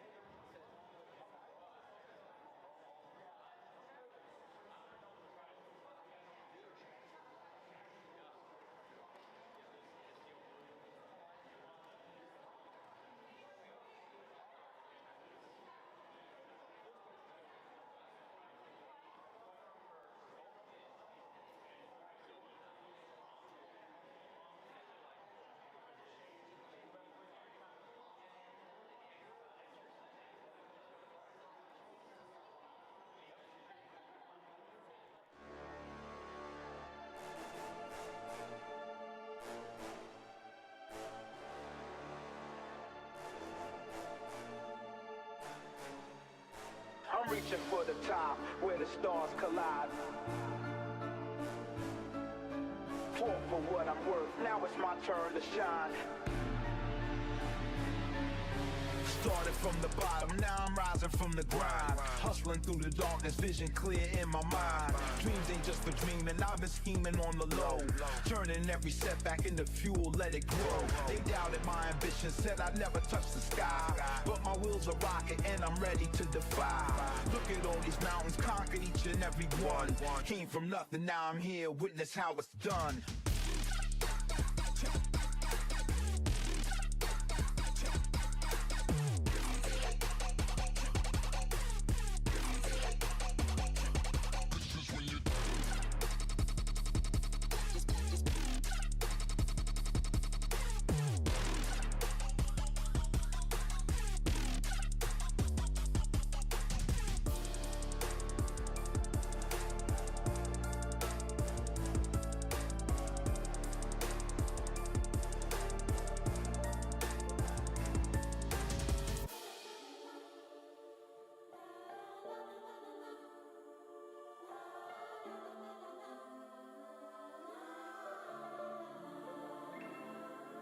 I'm reaching for the top, where the stars collide.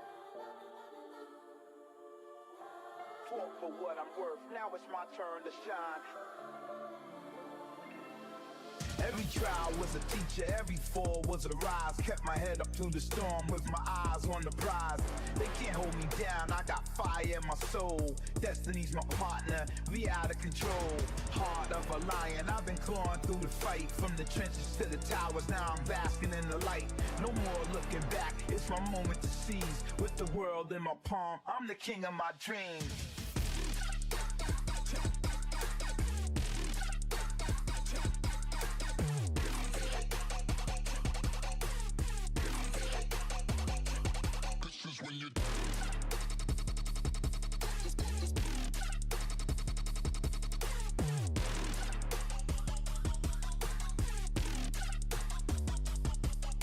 I'm reaching for the top, where the stars collide. Earn my place in the spotlight, won't be denied. Fought for what I'm worth, now it's my turn to shine. Getting what I deserve, it's my time to climb. Reaching for the top, where the stars collide. Earn my place in the spotlight, won't be denied. Fought for what I'm worth, now it's my turn to shine. Getting what I deserve, it's my time to climb.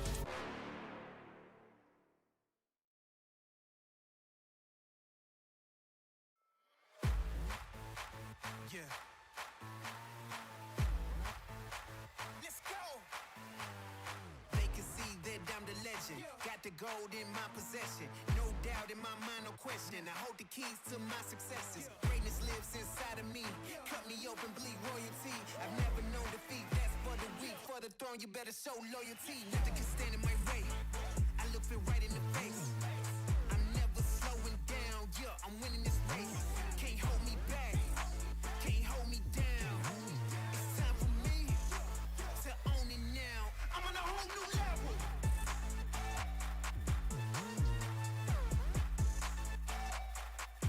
I'm on a whole new level.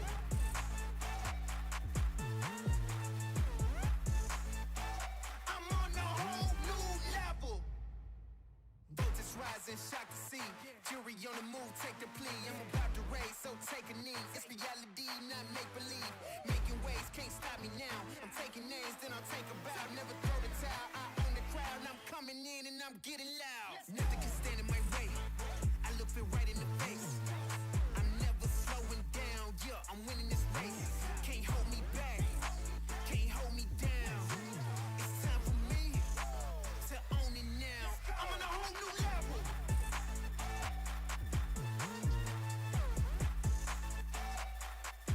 I'm on a whole new level.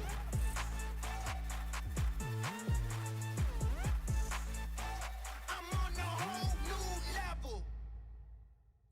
Never stopping, yeah, I got it, I won't slow down. Feeling mighty, got the power, I'm the king now.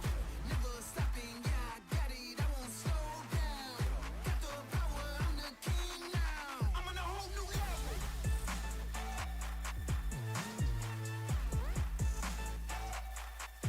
I'm on a whole new level.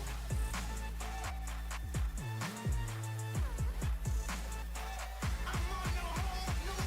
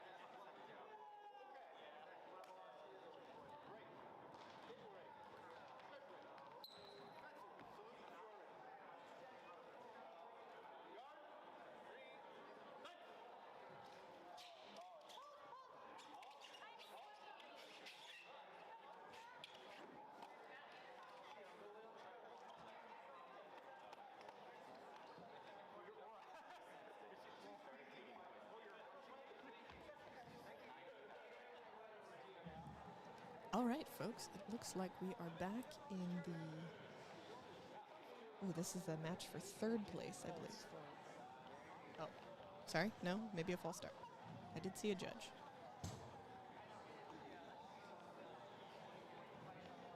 Someone's shoes were wet? Yes. Boy, slipping on this floor would not be a good idea.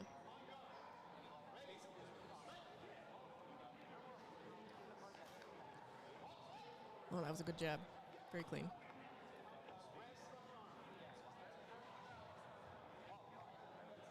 We've got, looks like Kai representing Team Doug Fur Spurs. And Shannon representing Team Speakeasy.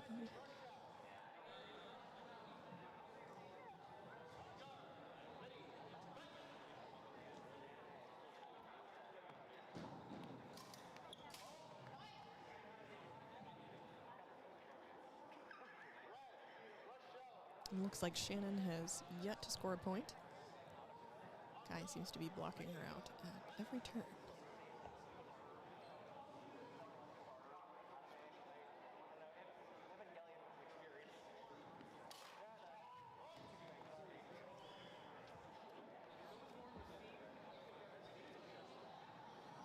Now the question is, how many points is this to?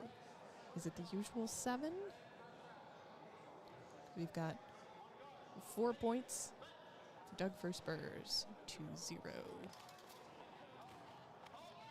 Ooh, I saw that as a thrust to the head. A little difficult to see from this far away. We are on the other side of the gym, but we do have our camera feeds.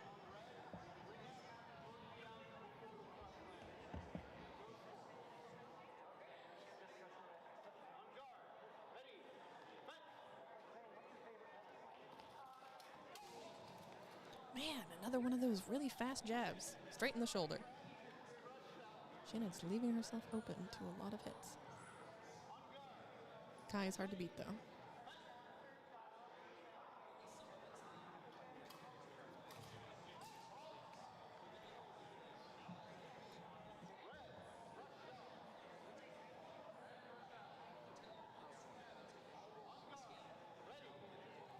And it is 6-0. We are coming down the wire here.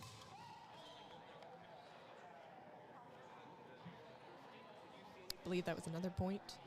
Cut to torso for Kai.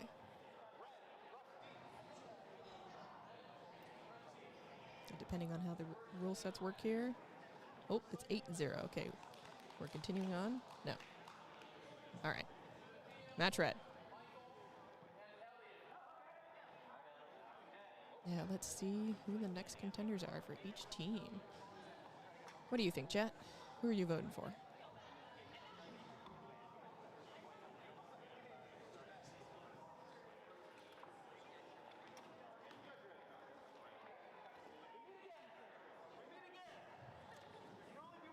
An old-fashioned salute from the both of them. I like it.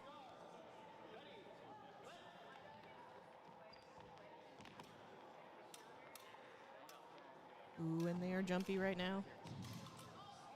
Leaping right into the thrust. I saw that as a double.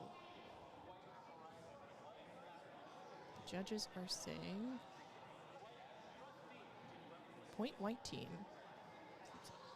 Finally, points on the board for Team Speakeasy.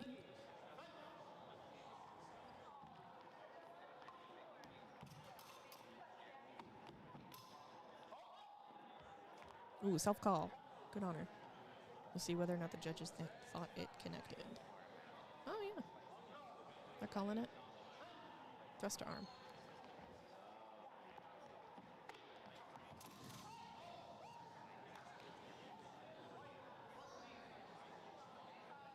Ooh, thrust ahead.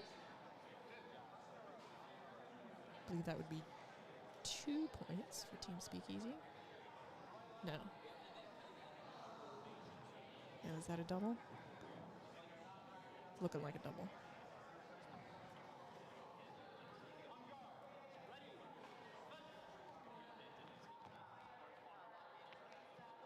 Oh, that got updated. Not sure what happened there. Are we resetting the points?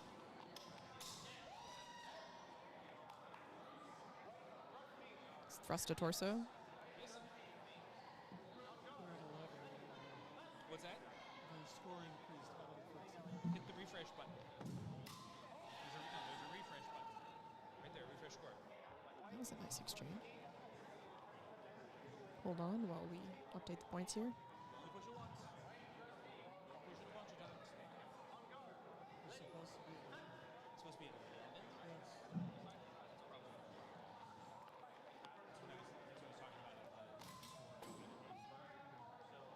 That's what I was talking about. Hold. Hold is being called. Looks like a judge saw a thrust to torso.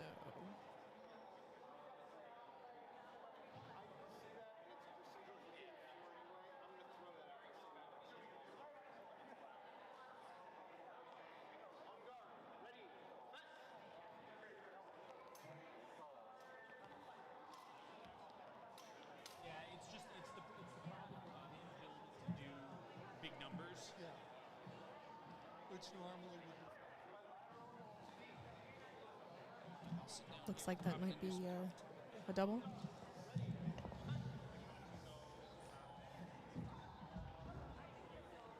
There we go. Thank you, Robin. All right.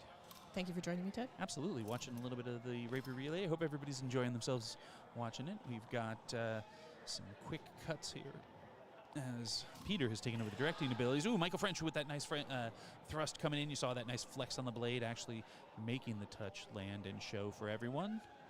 Yeah, he's getting some points for their team there. I think we've got it fully updated now. It's quite close.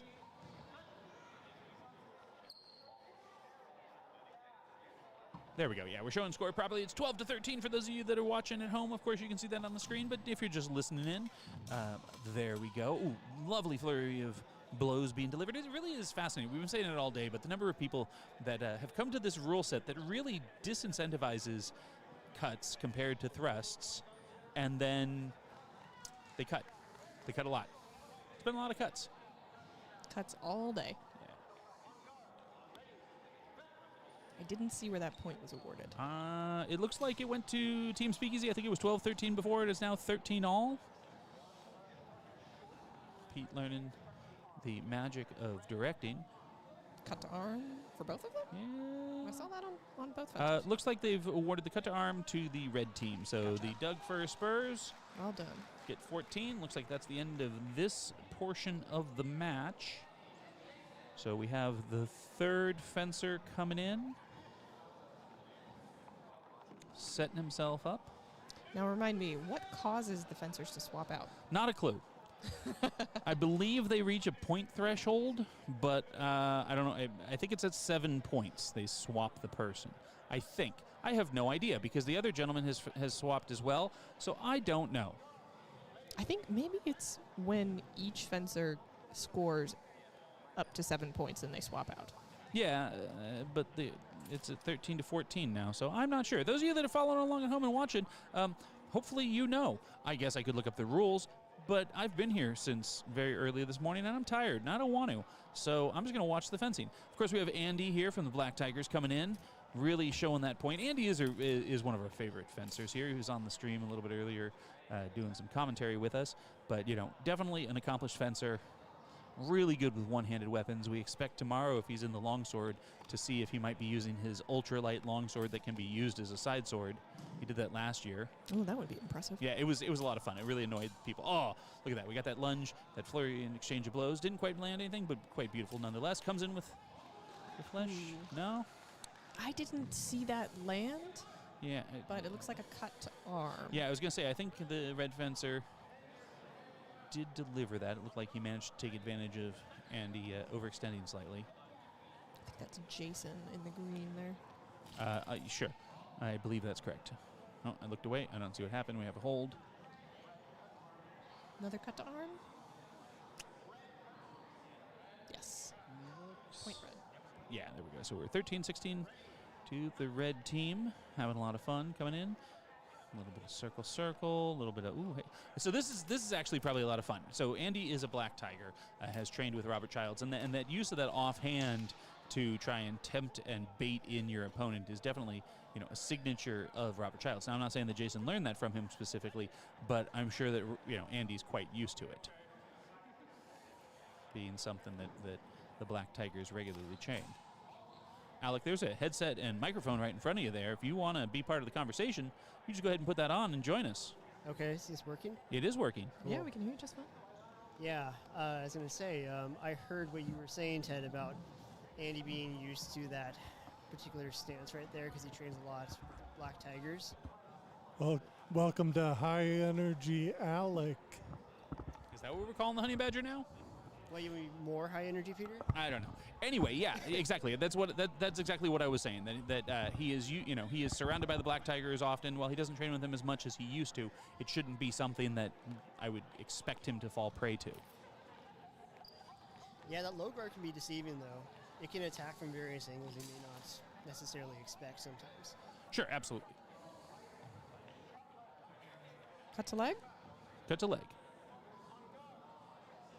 In the background, of course, there we have Relic Lanterns, one of the sponsors for today's tournament. We've mentioned them on the stream. They don't actually sponsor the stream, just the tournament. We appreciate having them here, though. Any sponsor is a good sponsor. Yeah, any sponsor is a good sponsor. Speaking of which, time here. Wait till the end of this one, and we'll have a little chat. Oh, just in there. I couldn't say if it was passe or not. Sawyer is certainly making a... yeah, Sawyer seems to think that it landed. Yeah, and the question is, did the afterblow come? What do the judges think? Oh, yep, and indeed, the team Speakeasy has taken the lead 19-18 now, so Andy is pulling it back for his people. I think he's only 2 points away for victory, but it looks like... No, that was a thrust to body. We got a thrust to body. That's going to put us basically at potentially match point, I believe, with the Douglas Furs at, well, can it go over 21? I don't know if it can. Doug Furs are 21. The Team Speakeasy at 19. A solid deep target will win it for either. Of course, a shallow target for the Doug Spurs. Oh. That looks like a double. I'm feeling the double. Yeah, absolutely. Looks like the judges... Agree. Yeah, we got double being signaled by the ref there. The director saying, oh, and that looks like it are they match red. So they're scoring the double for, I guess, in this portion of the event. So they both got an additional 2 points. Final score 21-22, the Doug Spurs. So close. Yeah, absolutely. While we're waiting here, I'm going to, read a little bit of a copy from, one of our sponsors here. We've got HEMA Bookshelf. If you're looking to dive deeper into the art behind the sword, HEMA Bookshelf. A proud sponsor of Wine Country Sword Crush 4. It's your go-to source for historical fencing texts. From modern translations and scholarly analysis to beautiful reproduced facsimiles of original treatises, their catalog is a treasure trove for martial artists and historians alike. Check out their offerings at HEMABookshelf.com or find them on major book-selling platforms. I think he uses Amazon, you can get them from, or Lulu, one of the others, I'm not sure which. And bring the source material to life. I actually really do like HEMA Bookshelf. We've got several of their books at the school. Oh, really? Have you seen the facsimiles that we have? Like we've got their Prestige Meyer translation. Oh, I think I have. Yeah, they're the ones that did that, as well as the copy of LeCoultner as well. We have the LeCoultner one with the wooden cover. Beautiful, beautiful so text. cool. If you are a what do you call it when somebody really loves books? There's a term for it. Bibliophile. Bibliophile. Thank you. Yeah, right. If you're a bibliophile and you have not checked out HEMA Bookshelf, like even if you're watching the stream, maybe your friends or family are competing, you're not really into HEMA itself, but you love a good, like, pretty book that you want to just be able to hold and enjoy, check out HEMA Bookshelf stuff. High quality stuff. I mean, it's not cheap. Let's not beat around the bush. You're going to spend a couple $100 for these reproductions, but they are gorgeous. The attention to detail is amazing. Michael, who is the owner of HEMA Bookshelf, goes and studies the original treatises that are available to try and reproduce them as exactly as possible, from paperweight to the number, I think it's called quires, right? When there's the individual folded portions of paper within a book. Oh, yeah. Yeah, so he counts the number of quires, the number of sheets per quire, to make sure in his facsimiles, because he wants to reproduce the original as closely as possible. he tries to make sure that, okay, there's 14 quires in this. There's going to be 14 quires in the reproduction that he's making. There's 7 sheets. There's going to be 7 sheets. Yeah. No. As a fan of bookbinding myself, I do enjoy not only watching the process of binding a book, but just seeing the finished product. Well, that's what I'm talking about. Like, even if, it's a source that you're not interested in, it can still be worth having because it's just a little work of art. You get that connection to history. The reality is there are so few copies of these original treatises left that being able to have a near-perfect facsimile of one is, goals. Quite a treasure. Yeah, absolutely. All right, my rambling on. Looks like we've gotten into the next matchup. Looks like we've got Mom's Linguini versus the Doug Fir Spurs. Are we into, is this finals? All right, is this the gold medal? All right, this is the gold medal match. Here we go. Match. All right, I see, is that Kai Eva for the Doug Fir Spurs? Yes. I'm guessing based on that name, these guys are out of the Pacific Northwest. Portland specifically. That would make sense. Trying to get a good angle. We got somebody standing right in front of our camera. Yeah, Kyle, one of the directors of the event and a fine fencer in his own right. If you've recently watched some of the material we've put on our YouTube channel, you've seen Kyle in action. Great fencer. Took bronze in longsword at the last tournament we were at. Here we go. There we Got go. some good blade contact. Yeah, absolutely, right? Like, got that nice little bit of a bind. Just trying to feel each other out, looking for opportunities. Little flurry of exchange. Oh!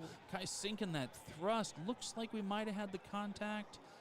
Yeah, Thrust I was to going to say, torso? I think we have, I look like a thrust to torso to me. Alec, what do you think? You certainly do rapier a lot more than I do, so. That looked like a thrust to torso to me Yeah. as well. It looked like Kai just narrowly dodged the attack coming in and voided. Indeed. There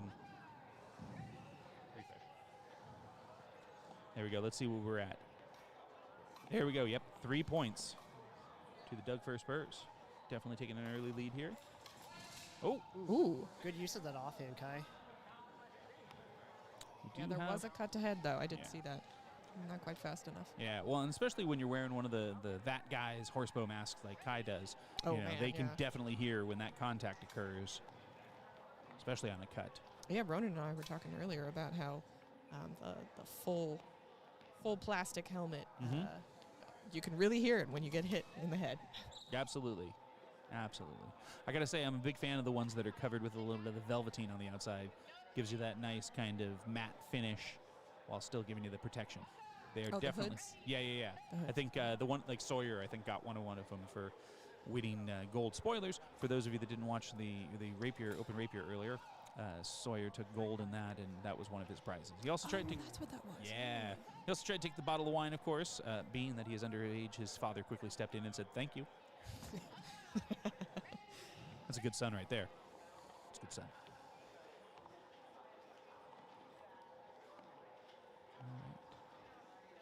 Looks like White Fencer is adopting a low guard. Ooh. Kai slips a thrust into the torso, it looked like.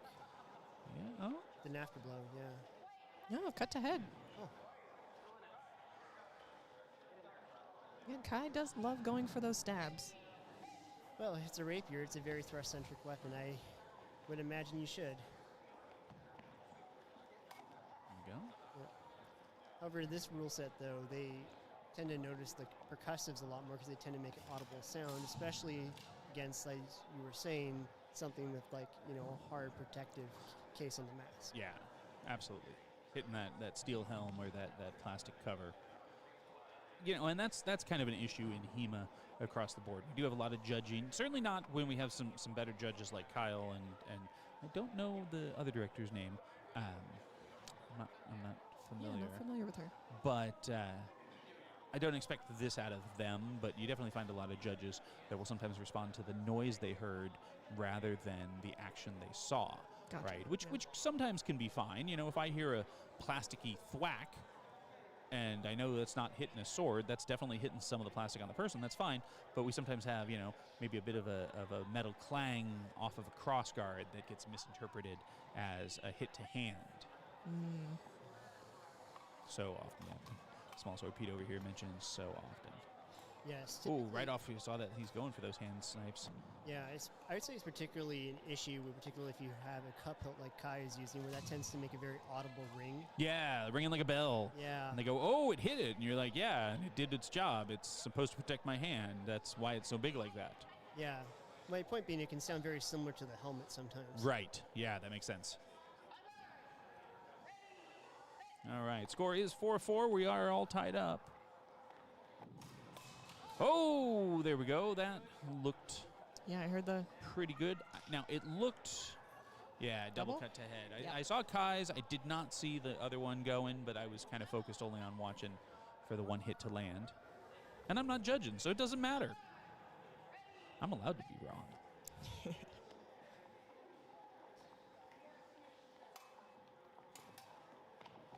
we go, a little bit. Oh! Ooh, I saw a thrust there. Yeah, I saw looks like a cut to the leg. Kai delivered, and I wasn't sure if there was an afterglow. Yeah, and they are calling cut to leg from the looks of things. Yep. I think that's going to tie us up 6-6. Or no, cut to leg isn't really worth anything in this. I don't know. It's worth 1 point. 1 point. Okay.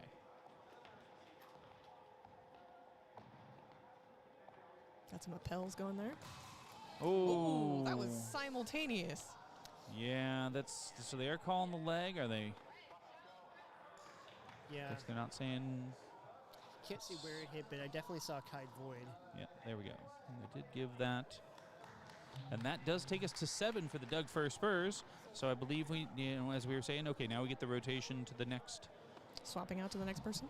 Next set of fencers as well, since I do see a change happening over on Mom's Linguini's side of the. Was Mom's spaghetti taken? Well, I'm sure, originally the plan was that when these teams were introduced, there was going to be some walk-on music, which, I'm here for, but I have to say I'm kind of glad they didn't do, because I was going to have to play music over it for those of you watching at home, because as much as I would love to play you some copyrighted music, YouTube would take offense at that, and we're trying to grow this channel, not get it shut down. Speaking of which, if you are watching and you haven't clicked a like already, if you go ahead and smash that like button, we would appreciate it. And if you could, hit subscribe. We're trying to get to 500 subscribers at this point so that we can start to unlock some of the additional features that YouTube will allow for us. Tell your friends. We're going to be at more events. Obviously, we're here tomorrow when we're going to be watching both the underrepresented genders longsword in the morning and the open steel longsword in the afternoon. And then next month, you can find us at Battleborn, the event happening in Carson City, held by the Noble Science Academy, and we'll be up there for that. So we look forward to it, and we hope that you will come join us there as well. All right, back to the action. Just put us on in the background, Yeah. while you're doing chores or something. That's right. I'll go ahead and mention also that we do have a Patreon now. If you go on Patreon and look for Historical Fencing Network, you will find us. By joining our Patreon, not only will you help us, one, pay back all the equipment that we've had to purchase to set this kind of thing up, because let me tell you, we also will give you access to every single match from every single tournament that we have been to and we will be to in the future. You can watch them at certain tier levels. You can download them and do what you want with them. Hell, we'll even give you our raw footage at a certain point so you can make your own videos from it. Our goal is to give you access to every single match that happens over the course of a tournament. We want to document everything. That's why we have 2 cameras set up on every ring. We are recording it all right now. Those will be going up in the coming weeks. So that's, again, Historical Fencing Network on patreon.com. Hey, maybe take a look at us. Become a free member, if nothing else. See what we got going on. All right, back to the match now. Mom's Linguini looks to have scored quite a few more points. That's right. They've come up in points. They are at 8-7. Looks like we might be having a little bit of a change. 9-7. There we go. And of course, we have a fencer that wants to stand right in front of the camera, so we can either see nothing or a little less than nothing. Ooh, 2 people in front of the camera. Lovely. If you would like, I can go run interference. Nah, it's fine. We'll deal with it tomorrow. Then we'll have Courtney. That's right. Be her problem then. That's right. Tomorrow we have an AV tech here that's their entire job is going to be walking around, looking at our cameras and telling people, don't stand in front of there. Don't mess with her. She's scary. That's right. That's how I imagine she's going to tell them, don't stand in front of there. I don't know why. She's a small thing, but I suddenly imagine. She sounds like a longshoreman. Hey, don't underestimate small people. Oh, did you see that thrust to the face? Came was in with a nice. thrust, stop thrust, and then caught his cut in return. Yep. I He think closed out the line that- using those quillons to defend himself from the afterblow. I love that. Yeah. Got a lot of fencers this time around not blocking the afterblows. That happens.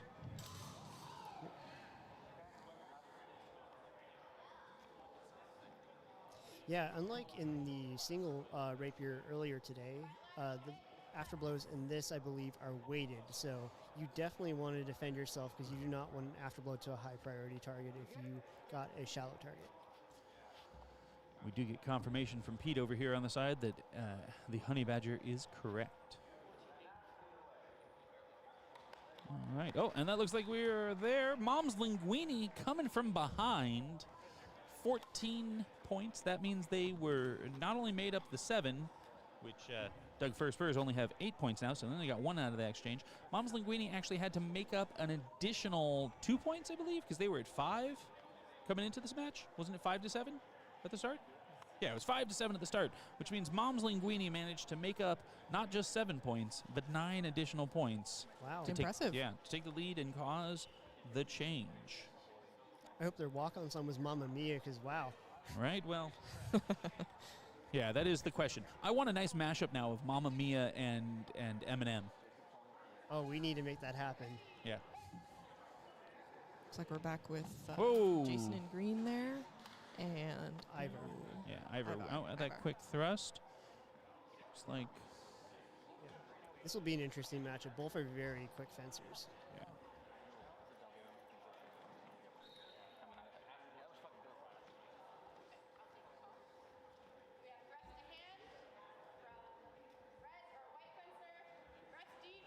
the judges signing a staple to hand there?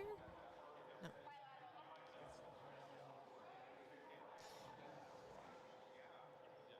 Looks like we have thrust to hand, white on a deep target is what's being, or excuse me, red got deep target. There we go. So yeah, score now 15-10. Doug Spurs coming, trying to make up that ground that they lost. Regarding the staple, though, that was signed out earlier, staple is when you take a thrust to the hand that goes through your chest. So if there was a sharp sword, it would go through your hand and into your chest. That's what is meant by a staple. Yeah, I believe that's what was. That's what you said, right, Robin? Yeah. Yeah. She said face, but that's because she likes to stab people in the face. Sorry, it's a habit. Not gonna get complaints out of me. I Maybe mean, from unless your it's me getting, opponent. yeah, unless it's me getting stabbed in the face. You, I would never. Oh, white cut shallow, red thrust deep. All right, those of you that are following along at home probably heard that, but that was mostly for the other commentators here. We're gonna change it next time so that they, all of us can actually hear the calls from the refs as well. I heard a strike there. Yeah, it looks like Was we it got double. simultaneous? Okay. Yeah, it looks like we had a double being called. Double cut to head.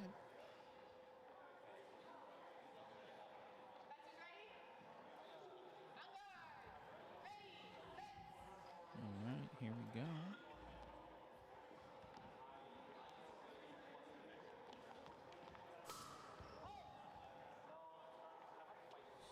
Why was hold called the? Oh, okay. Got the arm. I didn't see that. Interesting. Happens.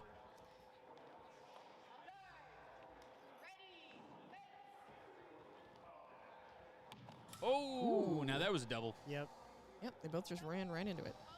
Yep, well, fighters just move straight into a straight lunge without closing the line. Now, I don't know what they study, but I'm going to go out on a limb and say that they both study Italian fencing. That's another one. So the question that I have there is, well, so it looked like a double. Was there sufficient, actual contact from Ivor? Because Green, Jason, I think that's Jason. I believe. Yeah, Jason's thrust definitely landed. I don't know if the counter cut also landed. I couldn't tell. Maybe on an instant replay, I see Pete is taking a look at that right now. That might have been it, though, I do believe. Match white.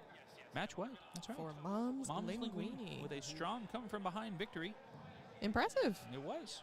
It really was. I thought they were going to get shut out, but they are taking home the gold. Yeah, which I believe that actually is going to bring us to the end.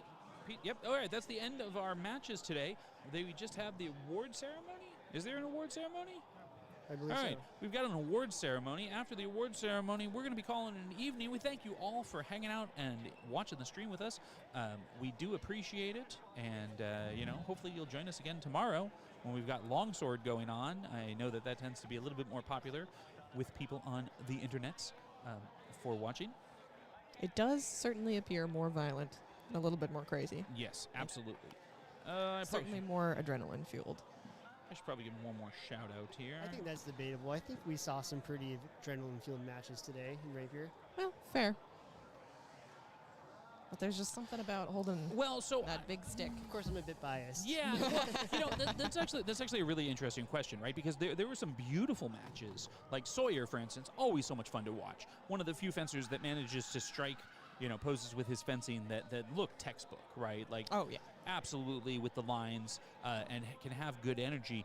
I think what it is that we lack more often than not, because of the weight of the weapons, we lack that kinetic sense of energy that probably people associated with it. We didn't see anybody really get bludgeoned, although I did see one person go over to the medic towards the end of the day to get maybe a little bit of taping going on. Oh really? Oh, here we I did not hear what he said.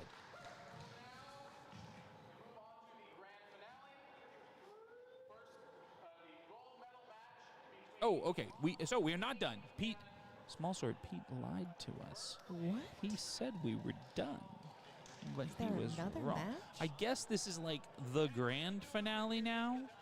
So this should be the winner of the second tier, right? The second bracket, fencing the winner of the first bracket for like the real gold medal. Oh, is this what he was talking about? When he was confused. Yeah, I think that's what's happened. Let me take a look here. Let me kind of see, because if we go back to the main bracket, yeah, okay. So here we go. We've got first place versus Mom's Linguini. This is going to be the actual for realsies final. Oof. Sorry about that, folks. Yeah, I can't say I'm not surprised that this team is going to be in the finals. We have Sawyer and Kieran, both very talented fencers. And I believe their third is Alex, all very skilled fencers. So not surprised. Oof, power team. There we go.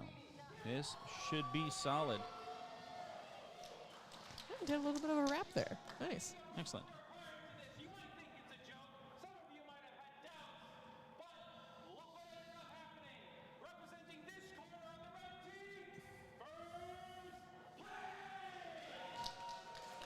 John Han, organizer of the event, giving us a nice professional wrestling style intro. I'm here for it. Let's get it on. Boy, the confidence of calling your team first place. I mean, on the one hand, yeah, but on the other hand, yeah. At the end of the day, they're going to be first place no matter what they go home with.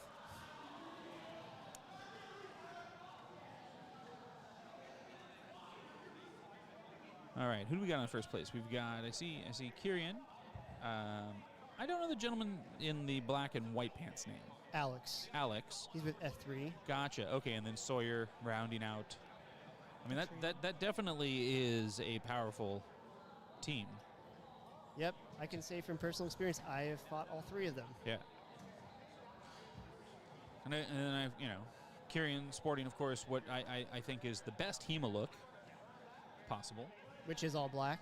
No, the bald head and beard, but I know people Talk like about bias much. the all back. Sounds like some bias over here. Hey, I'm just saying, just makes him built for speed. I thought you were talking about his pants. No, Nice looking pants. they're nice looking pants. They're not the greatest pants though. Unfortunately, the greatest pants these days are pretty much impossible to get.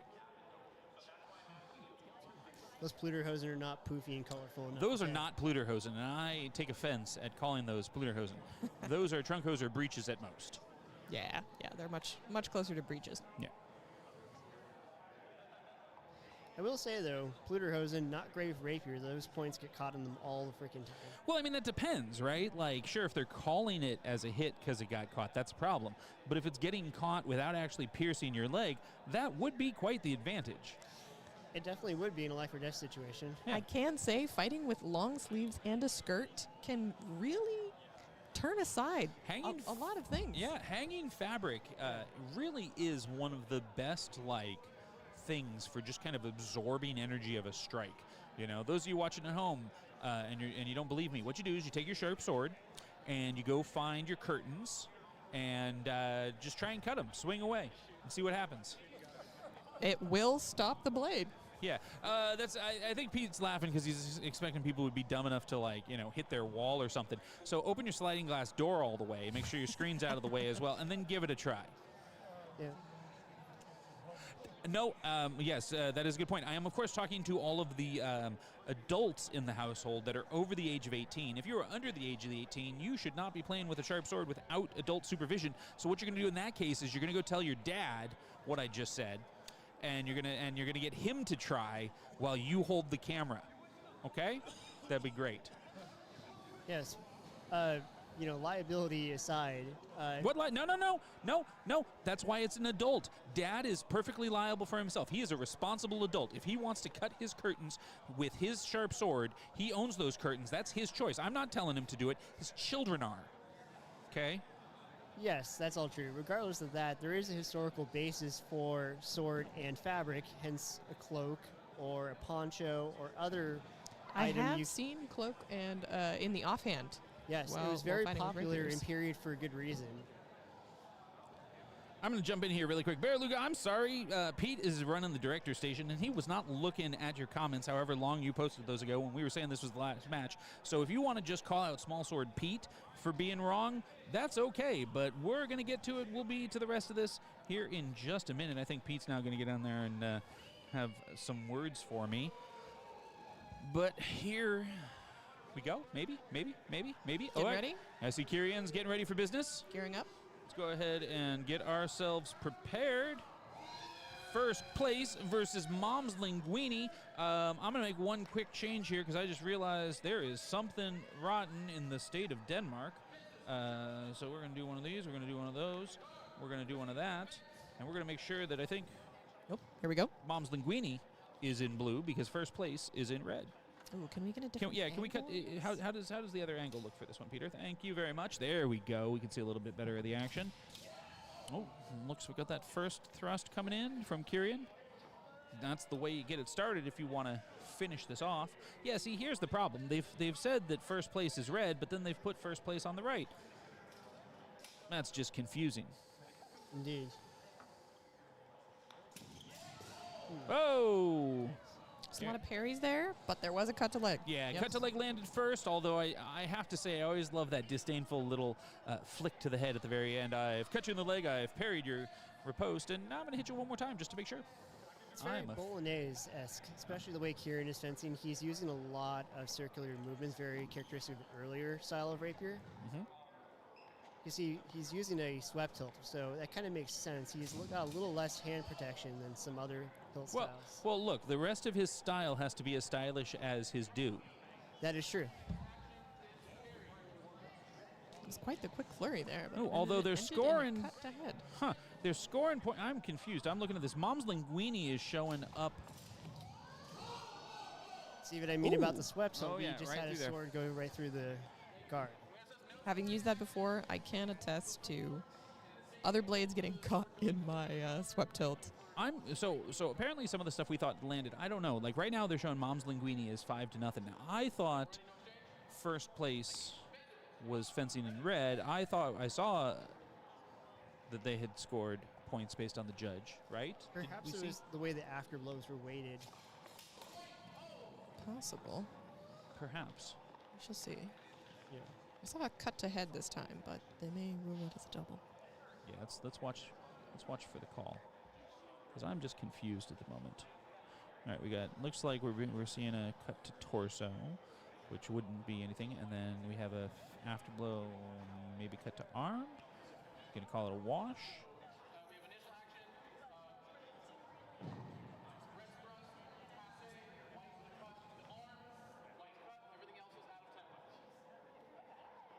Sounds like the first cut was passe and Yeah, the second was it's afterblow. Yeah, or flat. Let's see what the score comes up for that.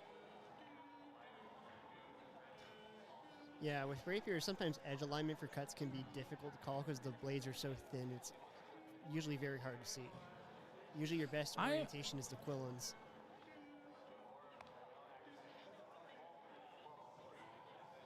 I want to see what the score ends up being here, though, because my concern is that first place in red is on the right side of the ring from the table's perspective. Oh, are you thinking maybe they have them flipped? But in HEMA Scorecard, because we're pulling our data straight from HEMA Scorecard, HEMA Scorecard has, yeah, see, Yeah, they have them flipped. that's the problem, I think. Well, no, this is right here. What is going on? Am I pulling the right? What the heck? Hold on, those of you Excuse us, following along. folks. I'm just taking a look at it. I don't know if something changed after the start of things, but We want to make sure we get this right for you. Yeah, I see Amaloki saying scorecard has Mom's Linguini as red. So we may have it flipped. Interesting. this is what? They've stopped fencing, so I believe table's aware of it.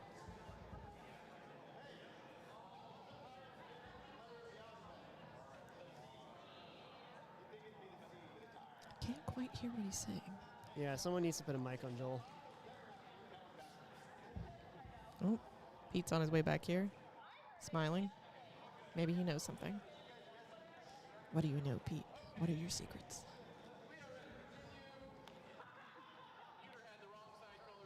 He's giving us a thumbs up, so that must mean everything's good. Oh, it looks like it got corrected there. There we go. It's exactly what I was kind of seeing. That the HEMA Scorecard, for whatever reason, wasn't displaying properly. It was causing problems. They've updated and repaired things, and now it's looking like the way that it should. I'm just saying. The way that we expected. No, the way that it should, because the team that's on the right has now the team on the right in HEMA Scorecard. That's the way that it should be. Otherwise, it gets confusing and you give the points to the wrong people. We're getting some interesting blade contact here. Absolutely. I love this, right? When these matches where we have it, people actually taking a moment to think about it. Probably my favorite matches are the ones that people slow it down a little bit, take a little bit of time, feel each other out, and actually, try for something. As opposed to what I'm sure we're going to see a lot of tomorrow in Longsword, where people just say, YOLO, and go for it without any thought because they need to seize the 4 and get in there first. Sorry, that's how you have to say it. No, and right. As a result, we just get like two trains colliding in the night. I've certainly seen it. Just everyone launches from shoulder vom tog and just crashes into each other, turns into a grapple, and nobody gets any clean points. Yeah. I personally much rather to see these people that like treat it like, if this weapon was actually sharp, you're not going to dive in there. I'm sorry, man. Take your mask off. You don't even want to do it if it's not a sharp weapon if you don't have a mask on. So imagine that's a sharp weapon with no mask on. Are you just going to dive straight in there without any consideration or care in the world? Of course not. You'd be dead. It works great until it doesn't, and it only has to not work one time. Yeah, that's very true. I mean, if you look at historical rapier sources, they typically don't advise some of those actions we see in like a modern sporting context because they are inherently risky. Right. Lunges were not necessarily as common as what we see people doing in Olympic fencing because if you miss, you can eat a sword to the face. Yeah. Many fencing masters actually advocated walking in towards your opponent. Right. Well, and there's even that problem. What if even if you land that lunge, the other guy's still got a sword? Like, what do you do then? Your sword is stuck through his chest. He's going to be dead in the next 3 to 5 days. Yeah, I mean, that's very true. I mean, there's a lot of accounts of people being run through with swords and not instantly killing their opponent, and they end up getting their head chopped off because the opponent is not incapacitated. Back to the match here. Yeah, first place is up by 7, so we get our first change of the gold medal match. And yes, now we're right that it's the gold medal match. We have Alex and I don't know the gentleman on the other side. Can't see him. Alex and... Ooh, I recognize his boots. Those are some nice boots. Right? Is that Jay Trojan? No, or, it's not no, Jay. no, that's not Jay. Who is that? Hard to see through the mask. What's it say on his back? See, this is the problem with all HEMA black. Unless you have something distinctive like the nice bald head and beard that Kieran's sporting, you just lose track of who people are. Well, even with the mask on, you wouldn't be able to tell it's him. Nah, you can still tell. That's only because we're familiar with him. Shh. We're having our man moment, okay? Ooh. What was that, a cut to head? No.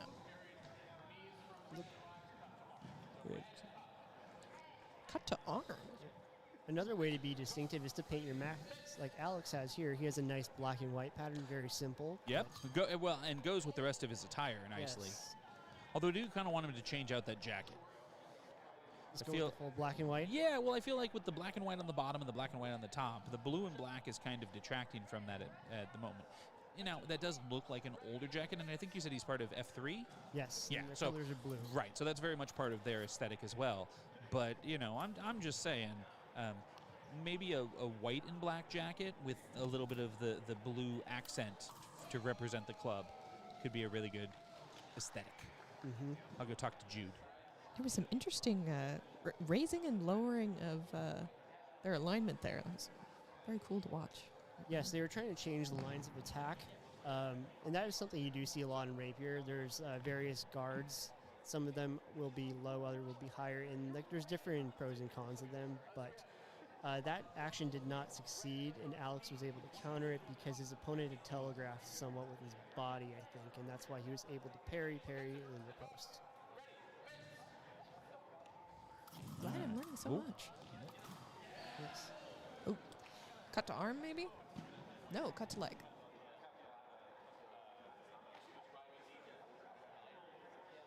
Judges deliberating. What are we looking at? So right now, first place is definitely working on living up to their name, as the score is 4-13 with first place in the lead. And remember, Sawyer is going to be their closer. This could turn into a bloodbath, folks. What's that? An anchor. The anchor, Yes, you're correct, the Peter. anchor. Yeah, you typically want your strongest person as your anchor in any relay. Ask anyone that's been doing track and field.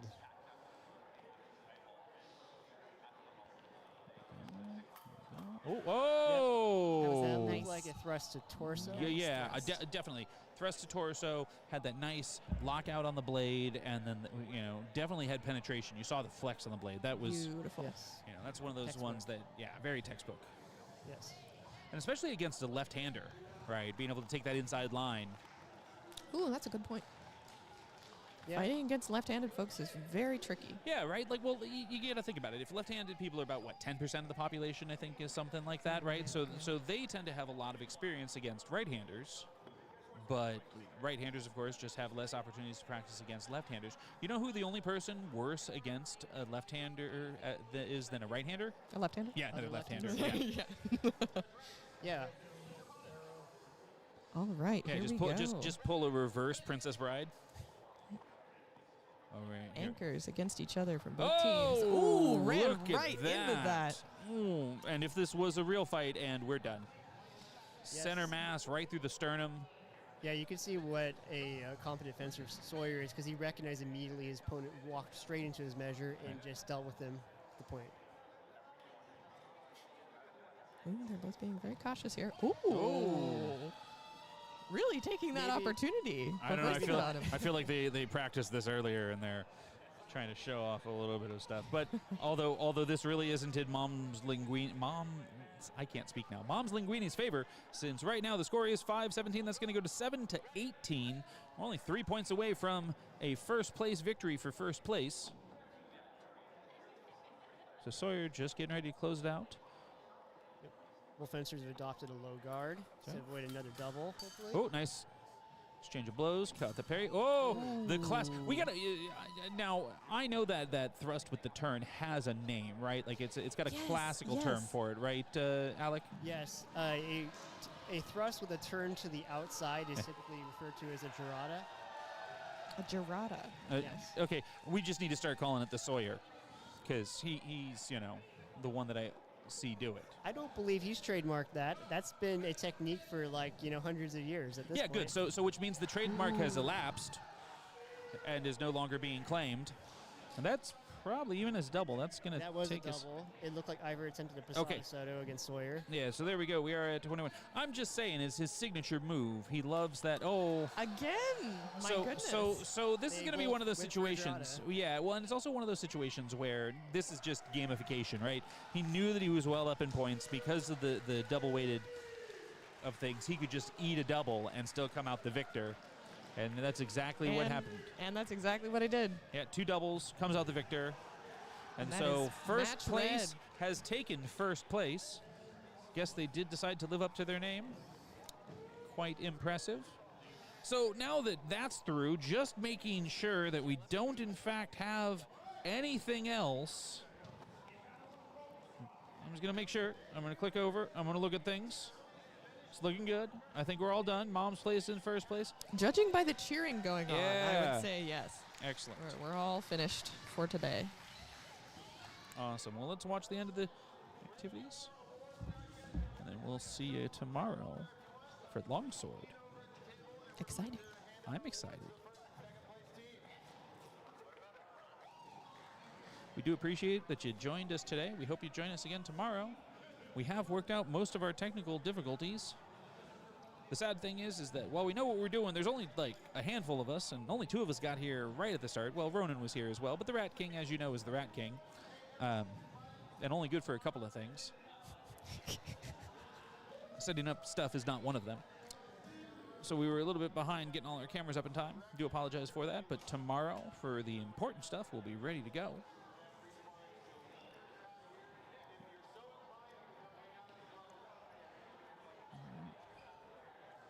And will they be handing out laurels to everyone? I don't know. Sawyer's wandering off, so guess not. Maybe not. Coming down to the end. All right. I think there's an awards.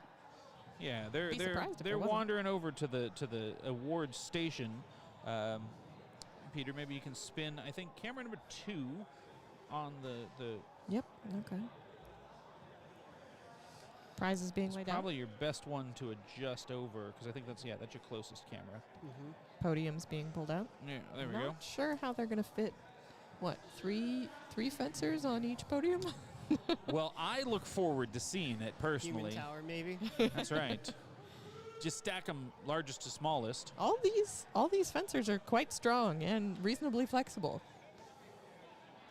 Built like gymnasts. Oh, Andy wants to come in. Galachad. Andy Gonna wants to jump say in for a something real second. Oh no. Castile #1, baby. Oh, plug for Castile. Okay. Absolutely. I can be behind that. Yeah, absolutely. Shout out to Castile Armory, one of the only manufacturers of swords in the United States. Just north of us in Oregon, up there in, I think, Medford. Yeah. I can vouch for the quality. Yeah. We've had some of their swords for years now. Definitely, if you're looking for an option that might be, I'm going to hesitate to say more economical these days, but But you they know, do have an economy line. That's right. They have their economy line made in the U.S., and they will do custom work for you. Check out Castile Armory. I've gotten both their economy rapier and a custom rapier, both beautiful and very versatile. Yeah, CastileArmory.com. One of the great sponsors of this event, and probably they've already given away it was like a $50 or $75 gift certificate, I think, to one of the. Yes, I believe Oh, they so. gave away a sword. Excuse me. Yeah, I think it was a Pappenheimer. The Pappenheimer. Yeah. Yes, it hasn't arrived yet, but it will be. Ah, The so it's a winner. promise for a sword, I see. Ah. And I believe it was second Promissory place who was Jade took that one. Luckily, he's local to On Guard, so easy Nice. logistics. That Wonder what they have does. for prizes for the team. Let's see. I do. Wait. Hold on. I think we have the most important prize. Let me zoom in a little bit there and take a look at it. Is that Pete's meat? I do believe Pete's meat is just Is hanging out. that the meat? Is that Pete? Is that your meat just sitting on the table right there? All right, that's some of Pete's pastrami just sitting there. Look at it. Pete's such a dirty fella. Just leaves his meat laying out on the table like that. That's why we love him. We get to see. Oh, there we go. Team 3. Oh, they get the meat. Pete, there's going to be 3 men sharing your meat. Oh, and they all managed to fit on the podium. Look at that. Hanging on to Pete's meat. Impressive. Somebody yell. We need to get them to all put their hands on Pete's meat at the same time. Hey, can I get a runner to go over there and ask that they all put their hands on Pete's meat at the same time for the stream? All right, I got a runner heading over.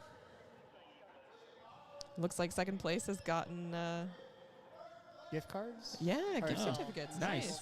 They have given up, all standing on the podium at the same time. Boo. Oh, there we go. There we go. Yeah. Yep. Come on, boys. You can do it. There you go. There we go. Yeah. We got all the men's hands on Pete. No, Pete, don't cut away. They were putting their hands on your meat. Oh, my God. Give the people what they want. Look at that. Well, one of them's a little hesitant to get his hands all over Pete's meat, but the other 2 dirty guys are like, Oh, yeah. They're Is that a getting tongue out? into Oh, he's it. getting excited. Yeah, Guy and Elliot are ready for Pete's meat. Maybe the third one's a vegetarian. Oh, he won the bacon. So he's got some of already your got meat it. all to himself, is what you're saying. Got it. Okay, well, that makes sense. He's going to get all the meat. Man, all those right. guys Thank you, are gentlemen. eating well Thank you.